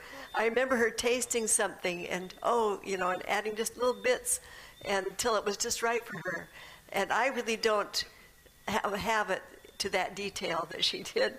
But anyway, Kimberly helps me with a lot of ideas. And in fact, probably, you know, maybe half the recipes or so in here, she created in this 7 Secrets cookbook. And so I'm so glad to have her here. And then another person that is here to help me is Margaret. Where did she go? I don't see her. Oh, okay. Well, I'll introduce you to Margaret in a little bit. So we're going to go ahead and start making this recipe. But maybe I also should tell you that on page 26, those of you who have a cookbook or will be getting one, I'm actually hoping that this whole page we can put in a handout that we're going to give you at the end of the week. Because every one of these recipes are real key recipes for making just about anything in this book, or anything that you want to improve or take the place of, or tell us, Kimberly, more about how to. So, okay, we'll wait just a second. But we were talking about this, and we've seen it, that, and I mentioned this last night, that the way you eat is not that hard to improvise or to tweak what you do to make it really healthful and so on. So, well, one way to go whole plant food diet is just to eat whole plants and eat a lot of boiled or steamed vegetables or raw vegetables and grains, and just eat them plain. But if you are like me, I like my food to have, I don't know, sauces and other things with it to really make it taste amazing. And of course, one of the main ingredients to any kind of creamy sauce would either be something dairy or something or oil. So which are both the two ingredients that we're moving away from in order to reverse diabetes. So we're going to show you some just very basic ideas of this one recipe here, even though we're showing it to you as cheese, with just a couple of small variations. It can be gravy. With one variation, it can be white cheese instead of orange. With another variation or two, and that's what she's talking about in the recipe, different seasonings and different flavorings. Just as you would use milk in a recipe or just plain cheese in a recipe, you would use it in a lot of different things, a lot of different ways, or sour cream. So that's what we're doing. And, you know, one of the things that you have on the islands that is our favorite substitute for anything dairy in our recipes of all time is coconut milk. And, of course, we were making it fresh this morning, which we don't ever get to do in America because coconuts are way too expensive to buy. It's cheaper for us to buy it in a can. But for you, you can make it, you know, pretty inexpensively. So coconut milk. This cheese recipe, we usually just make it with only cashews, but it's just as good with cashews and coconut milk. You could even make it with just coconut milk, but you might not, you know, the taste of it would be a little stronger of coconut flavoring because of that taste, but the other things could mask it. So this recipe could even be made just with coconut milk. So that's what we're going to show you right now. And again, with just a small variations, this recipe basically with flavorings would be gravy, the same technique. So really think of this in terms of the technique we're showing you and then how it can be applied to all kinds of different recipes that you would make where you want a nice creamy base to go with it. You could use it in soup, you could use it in, I don't know, so many different things. Stew or pot pie. One of our favorite things is what we call pot pie. You know, it's carrots, potatoes, onions, and then this basic cream sauce on this page. It's cashew nuts and water, more water than the cheese. The cheese has less water, more cashews, so it's more rich, more concentrated. Or you can just use coconut milk. Yeah, or some of each. And actually the some of each recipe for the, down here is simple cheese sauce, 1 cup of cashew nuts and 2 cups of water blended together. So that's what we're going to show you here right now. Well, actually, I'm going to do the other one, which is on page 30 in here. That was 26, 27, 28, 29, 30. There we go. This is pizza on one part of it, but then right here, next is the macaroni and cheese. And that one actually uses coconut milk and cashews. So that's the one I'm going to do. So let's just go ahead. It tells you right here, the first thing is to boil 3 cups of dry macaroni in water, and while it's boiling, you're blending this cheese sauce. And the cheese sauce, what was I going to say? I was going to say about the macaroni, that's right. We're using a whole grain macaroni, whole wheat here. And I'm sorry that there may be some here who aren't able to use wheat. Kimberly's one of those. And so but this is all that we were able to purchase here for this class tonight. But there's, what was I going to say? There's a chickpea pasta that I understand is available here that's very good. A garbanzo. Yeah, that's actually your favorite, isn't it? Yeah. And then there's a corn rice pasta, and you know, so you know, there's different options for those who need it. So we're going to start with 1 can of coconut milk, and these cans are just a little bit less than 2 cups. I've measured like 1 3/4 cups. So I'll pour that into my blender, and I've learned that there's different richness in these cans. You know, some cans will be only like 9% fat. This one doesn't even go by percent, so I'm not sure. But I try to find one that isn't too watered down. I figure I'll water it down myself. And so I put 1 can of coconut milk in there and a ½ cup of raw cashew nuts. And these are more available than they used to be here on the island, I've noticed. But they are expensive compared to what they cost over in the States. But cheese is expensive too, isn't it? This recipe actually will probably make, I've never done a cost comparison, but we should. I would wager it's cheaper than cheese. So yeah. It's worth the little bit of cashews you've got to put into it. Thank you for that. And then I'm going to put the seasonings in this, which is really just yeast flakes. I meant to bring a package. In fact, do you have a package of yeast flakes? Now the yeast flakes, of course, you could do without it, but it will not taste cheesy. The yeast flakes are key to giving it that cheesy taste. So, you know, if you have an issue with it or feel like you can't eat it, yes, you can leave it out, but you're not going to quite have as good. It actually will taste more like a cream. I need to use this too. Like a rich, milky cream sauce versus a cheese sauce without the yeast flakes. Now, these are nutritional yeast flakes. It's actually, it is kind of like I was just looking it up recently. They're called nutritional because they are very high in B vitamins and a number of different vitamins. It's actually a byproduct of the yeast, I think, I'm not sure, like the brewing process, and it's a product that comes out after it. There's, of course, it's dry. There's no, you know, it's not like it's totally different than bread yeast that would end up bubbling and growing. So. And then for the cheesy look and a little bit of a cheesy flavor, we're using some red bell pepper. I'm not sure how this would taste with seasoning peppers. They're a little different, aren't they? No, it would be too strong. No. Okay. Another thing, I often leave these out if I'm going to use this on spaghetti. I love making spaghetti with red pasta sauce and then putting this on top. White. And white. You know, like Without an Alfredo sauce. Or you could do a vegetable Alfredo where you have pasta and all kinds of different steamed vegetables, and then you could do it orange or white, would be like Alfredo, and then you can put that on the pasta as well. So while this is blending, I'm going to add some onion powder and salt and cornstarch. Uh-oh. Oh, I have to plug it in, don't I? Can you pull that out? Because I don't think it will quite reach. And it's a transformer. It weighs a ton.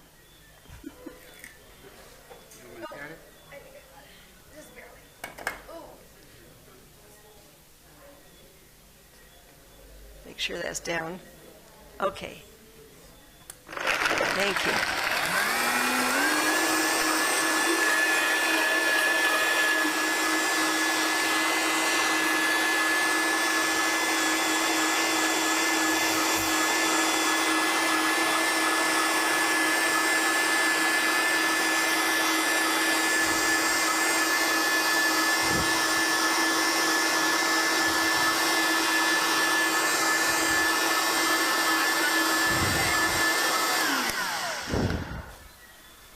Now it's really important to blend this long enough to make those cashew nuts so that they're not at all gritty.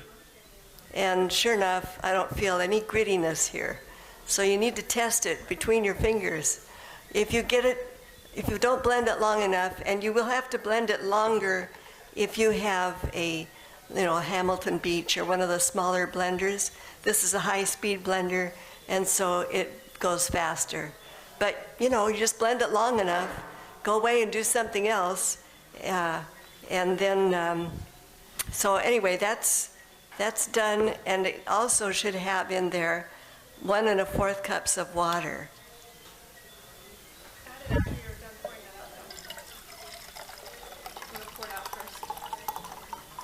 Oh, yes, right. So she's learned, after all the years of cooking with me and with my mother-in-law, who doesn't waste anything. You rinse out your can and you don't waste any of that was left. And then you rinse out your blender. and get all that good stuff in there. You need more water and that's it? No, that's it. Okay. And then we just put this on the stove and bring it to a boil while we stir it, and it will be ready to put in with the pasta, which should be just about done cooking by now. But you know, if you're fast, it won't be. It'll take time for that cheese to cook, and maybe they'll both be ready about the same time. And then you mix them together, and then you can serve it right away, and it will be delicious. It will be moist and creamy. But if you want it like macaroni pie, like most of you are used to, then you put it in a baking pan and put it in the oven, which we did with what we made earlier.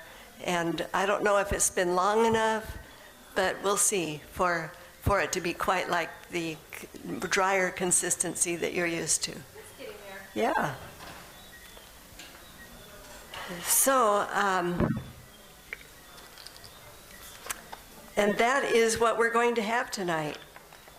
We were actually planning to also give you a taste of our French fried potatoes, but we're going to have to wait on that. We'll maybe do that on Thursday night or Wednesday night. No, Thursday. Anyway. French baked potatoes. Yeah. This was a special request of my husband that we be sure and work that in to some night. And so we'll probably do that on the, what's today? Oh, this is only Monday, Tuesday, Wednesday night we'll do it, when we're also going to have some like tofu eggs like you would have for breakfast, and the French fries. And, yeah, I just want to talk about a couple ideas, also even easier than going to the effort of blending this. So first of all, when we were just over in the Dominica, we were going to make macaroni cheese, mac and cheese pie, but instead they wanted to use a lot of dasheen and, what was the other one? Besides dasheen, another root that we used, the purple one. They called it something else. Yes.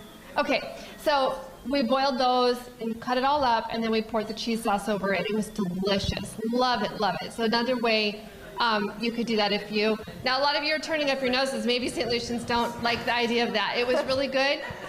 If you wanted to make gravy on that instead, that would be another way. If you like the idea, do you like gravy on those kinds of things? So you would use the same base, but you wouldn't season it like cheese. You would season it like gravy, which we have recipes for that too, but it's still the very same base. Now, here's an even easier way. I don't know if this would probably be really good with a different of your ground provisions, but in America, I'll take potatoes, slice. I'm from Idaho, by the way, so if you all know that Idaho's about potatoes, so we eat lots of potatoes. And I'll slice them thin, and I'll do what's called scalloped potatoes. You do that here, and I'll take a can of coconut milk, and I'll pour the coconut milk over the scalloped potatoes, and then just put that in the oven. And I've seasoned it like with whatever seasonings you want to have with your scalloped potatoes, so it's more of a creamy.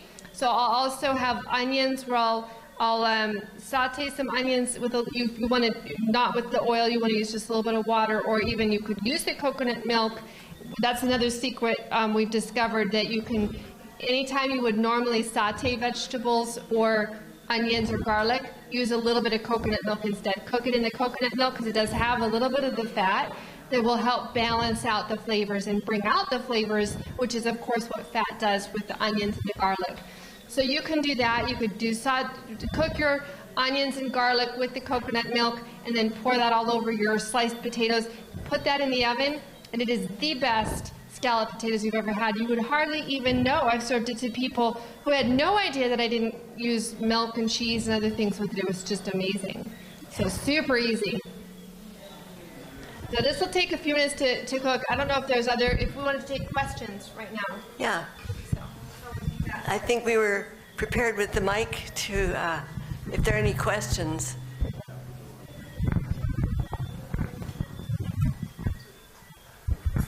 What kind of salt did you use? Does it matter what kind of salt you use? What kind of salt do we use? Well, I'm using regular table salt here. If you want, you can use sea salt, Himalayan pink salt. Those salts have more minerals and more flavor. But as far as health, reversing diabetes and so on, it's not a big issue, and we don't make a big issue of salt. In fact, we do use salt. Are you going to talk about that one time? Why don't you come and just give us a quickie on salt? Can he have the mic just for a moment? Thank you. And then you have a question. Salt is what the issue of salt is widely misunderstood. Salt is not bad for you. You need salt. You actually need 6 grams of salt a day. People sometimes, their health program is, I'm going to cut out salt. That's not the issue. The issue is cutting out the fat, the free fats. You all with me on that? That's the issue. Now, you can get too much salt, but you take people's salt away and their blood pressure goes down a little bit. You put them on a plant-based diet and their blood pressure becomes normal. It's not the salt that's the big issue. And some people say, well, doesn't sea salt better for you because it has some minerals? Oh, sure, it's got some minerals. So do all the plants. So you can use anything you want that's salty. My only concern is about people saying, oh, you got to use sea salt or this salt or what's the one that comes from Nepal, Himalayan salt. And they make that their health program. You know what I'm talking about? That's their big emphasis, and they miss the real issues. That's my only issue with salt. Any salt you want is fine, but don't pretend like that's a health program. And you do need salt. You got to have it. And that's not what's... Cutting out salt, I'm repeating myself, is not what fixes your blood pressure. What fixes your blood pressure is the whole plant regimen. Thank you. Did you have a question? No, I don't have a question. So, I really think, especially when you're first going about this whole new idea and trying to go on a plant-based diet, if you also start cutting out salt, and I don't know, there's other things that people are really heavy on trying to make you do, pretty soon you feel like there's nothing to eat. And you want to make your food taste good.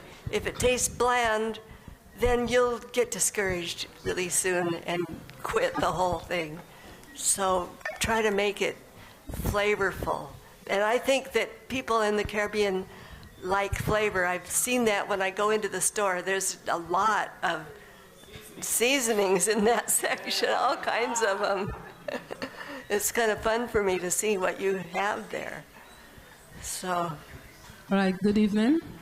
Yes, my question pertains to the use of coconut milk. If one has high cholesterol, is it advisable to take coconut milk? I've heard that it actually would increase the level of your cholesterol we better level. turn that over to Jim here. Here, take this. No. If you look on page 47 in 7 Secrets. Dear, you should be on the...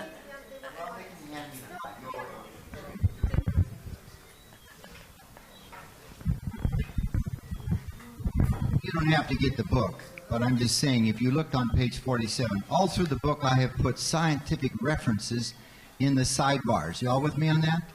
And on page 47, it tells the story of 2 Caribbean universities that have studied the use of coconut and coconut milk among the Caribbean people, and they show that it has not made them sick. Are you all with me on that? Now, if you had very high cholesterol, it might be wise for a while to go easy on the coconut because it is high in fat. Remember that the 4 categories of plants that are high in fat, one of them is nuts. Is coconut a nut? Yes, it is.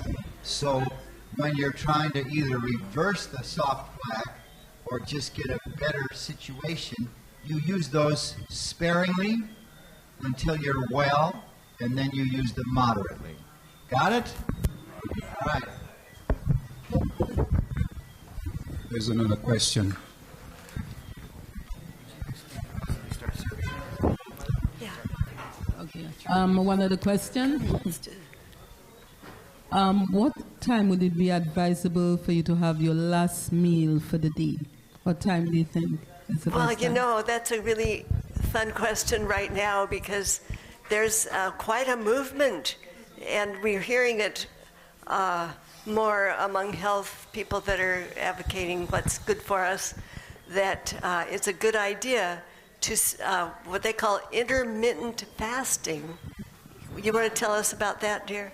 Yeah, I may do a whole lecture on it this week, but it's become an issue with dementia. Is that an issue? And it turns out that if you give the brain about 18 hours of rest between the last meal of the day and the first meal tomorrow, it gives the brain an opportunity, it gives it a chance to clean up all the metabolites that come properly from our eating. And it's being shown to be a fairly significant issue in preventing dementia. Now, you're like Americans. When is your big meal? It's in the evening. It's insanity, but that's what people do. I think, folks, for the time being, you've got enough on your hands to become whole plant users. Y'all with me? We didn't go to a 2-meal program for several years into our journey of following what we're doing. Y'all with me on this? But it certainly would be wise to have that somewhere and maybe do that once or twice a week. In our home, we eat breakfast. The biggest meal of the day is breakfast. And the next biggest meal is about 2 o'clock in our home, and that's it. We don't eat for 18 hours till 7 o'clock tomorrow morning. And that has, we've been doing this for 40 years, 45 years almost. But the research is now out there, just remarkable. But don't put so much on yourself, folks. You're still 25 years away from dementia anyway, is that right? So do right now what you know would be a big benefit to you. Losing weight, preventing or getting over your hypertension and your diabetes, right? And the other chronic conditions, and start working toward the time when you maybe one day a week, and later on 2 days a week, and finally you know, we were hungry for about 6 weeks when we went to 2 meals a day. Hungry in the evening. All you have to do is drink a glass of water, and it pretty much takes care of it. But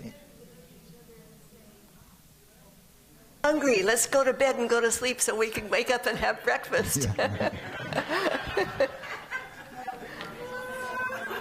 But in 6 weeks, we're no longer hungry in the evening. Once in a while we get hungry in the evening today, but that's because we missed lunch or something, right? But other than that, you get used to it. And it doesn't hurt you to be hungry, does it? And if you have a bunch of extra pounds, it's probably a good thing. Now, we should also just kind of balance this out by saying there are times when your children are little or when there's something special occasion in the evening, we are not so strict that we won't make some adjustments and enjoy social whatever with others in the evening with food. So we're serving up the mac and cheese right now, and I know there's a few people who can't eat gluten. I know I'm one of them, so raise your hand if you can't eat gluten, because I do have an alternative that will give you, it's a meatball that everybody else is going to get tomorrow night, and we'll put some cheese sauce on it. So there's one, and did you? No? Oh, two. Anyway, I'll make 2 or 3. So yeah, make sure to let us know when you come through line, because everybody else, it's whole, 100% whole wheat. So of course we're aiming for whole grains here, so our whole wheat mac and dairy-free mac and cheese. So give us a few more minutes, but we're close. Give us a couple more minutes to get a few more going. So we can take a few more questions while we're waiting, if you have any. If not, we'll just... Can we eat fruits in the night? Around Can 6 you o'clock, eat fruit 7 in the night? Fruits. Yes, like in fact, papaya, banana. That is what we will sometimes do once in a while, if our lunchtime was early or we ate kind of light for some reason, we're extra hungry at night, we'll have a banana or some oranges or a smoothie once in a while or something like that. Yeah. Yes. If you have a patient who's taking medication to lower the cholesterol, I know we don't advise to just stop the doctor's treatment, but if they do decide to go with the diet to cut out all the fatty foods, do you think that they should also cut back on the... We're talking about this class of drugs called statins. They're all toxic. There have been 2 pulled off the market because they killed people. Did you know that? Yes. Statins. Lovastatin is the most famous one. These things are bad for you. And if you will go on a whole plant regimen, the chance of your having a heart attack goes almost to 0. In fact, Dr. Esselstyn has shown in his last study of 200 people that were all very sick with heart disease. He put them on the reversing diet, and not one person had a heart attack out of 200 people. So, and the people, there was the rest of them, there was another portion of the group that didn't follow the plan, and there were deaths and strokes and heart attacks in those people. So if you might want to cut the statins down over a period of a couple of weeks, but if you will follow this program, the chance of getting a heart attack is just virtually 0. Dr. Esselstyn has shown that. Even people who have a lot of plaque, because the lining becomes safe, right? Usually in several days is all, if you're really following the program.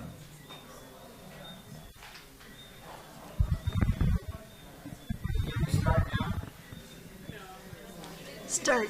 They're already serving. So, any other questions? Questions about recipes or issues for Jim? You're welcome to.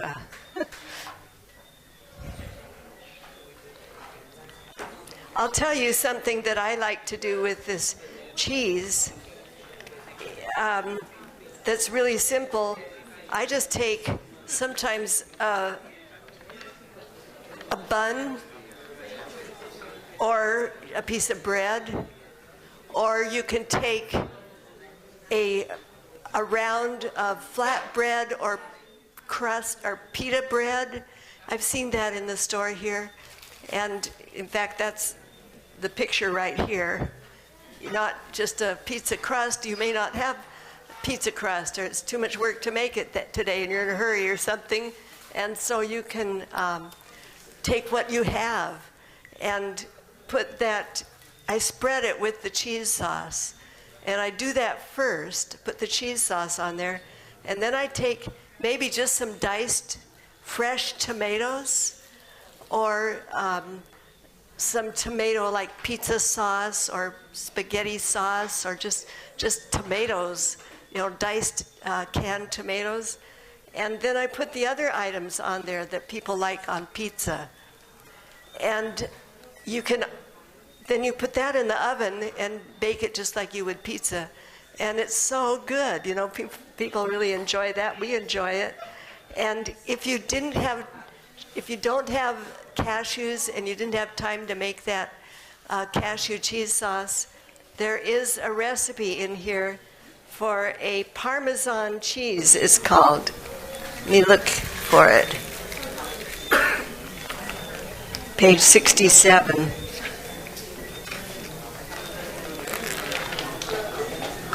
You take these yeast flakes. This gives things kind of a cheesy flavor. And a half cup of ground sesame seeds. Or you can use cashew nuts. And put that in a blender or in one of those seed mills, like a coffee mill, or what is it that people use to just grind up a small amount. with garlic powder, onion powder, some of this chicken seasoning. If you don't have that, you don't have to use it. And you just pulse that and grind it together until the nuts are just quite fine, and put it into a bowl and add just a few drops of lemon juice, kind of stir it around. And you can put that on things, and then you can keep that in your refrigerator or your freezer. And any time that you want something with a little bit of a cheesy taste, like spaghetti with your spaghetti sauce, and just sprinkle a little bit of that on there. Or even these little pizza bun things. If you didn't get any cheese, if you don't have the cheese, just sprinkle that on there with the tomato sauce and maybe some peppers and onions or whatever kinds of things, mushrooms that you like to give it more flavor. And sprinkle that non-dairy Parmesan cheese. It's just yeast flakes.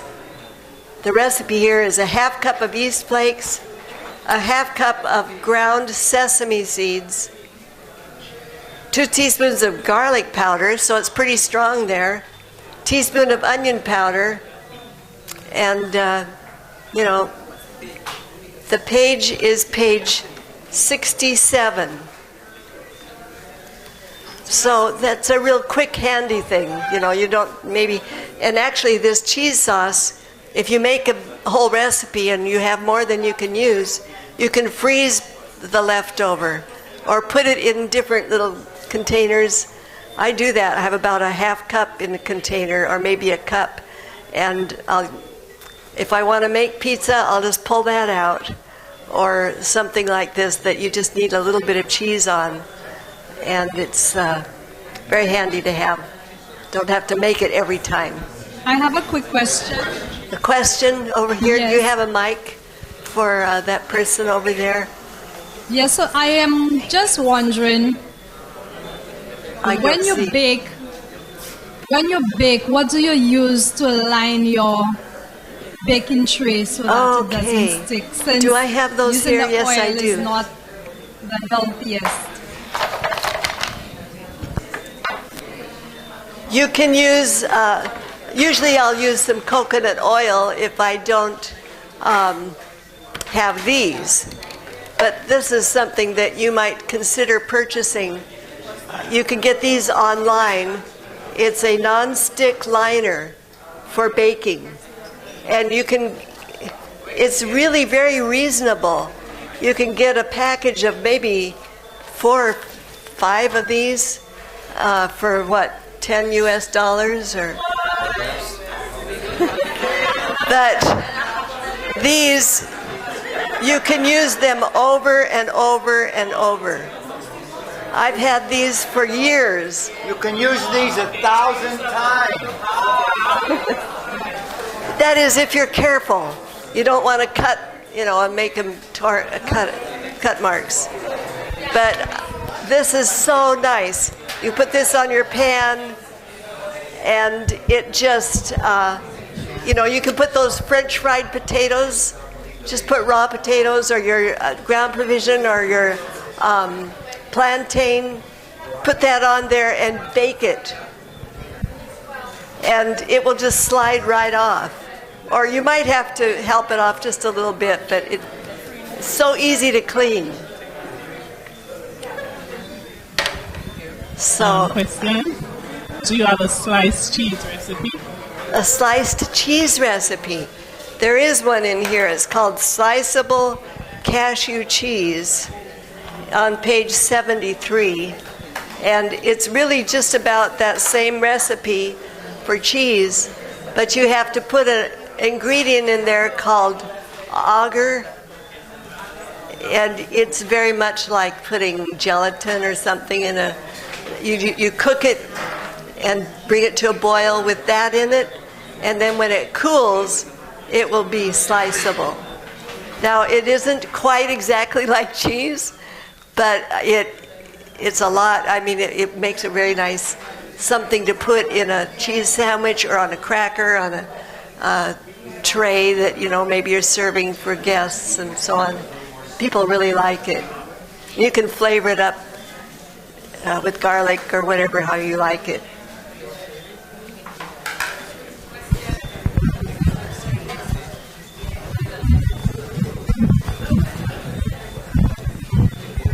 Excuse me, is gelatin from pork? Gelatin, is it pork-based? Oh, is gelatin from pork? Yes, it is likely, or it could be just anyway. If you knew just exactly how they make it, you probably wouldn't want to eat it. Gelatin, it is an animal product. They scrape the intestines or the hides, I don't know, anyway, horses' hoofs. I mean, there's all kinds of different ways that they get gelatin, but it is an animal product. Of course, we all have had it, you know, I mean, it's in capsules that are made out of gelatin, that you take pills in capsules. Jello, I don't know, I suppose we've all grown up eating lots of it. I guess I have the opinion that maybe it's so totally refined that it's purified, but still, I don't like to use it. This auger is a nice replacement for that. You have to get that online. Maybe they have it at the ABC. Yeah. Okay. We need to get out of here, so let's wrap it up. Okay. Well, to be home in yeah, time. we have an appointment, so we have to hurry home. And we'll see you tomorrow night. Thank you. We've had fun with all your questions.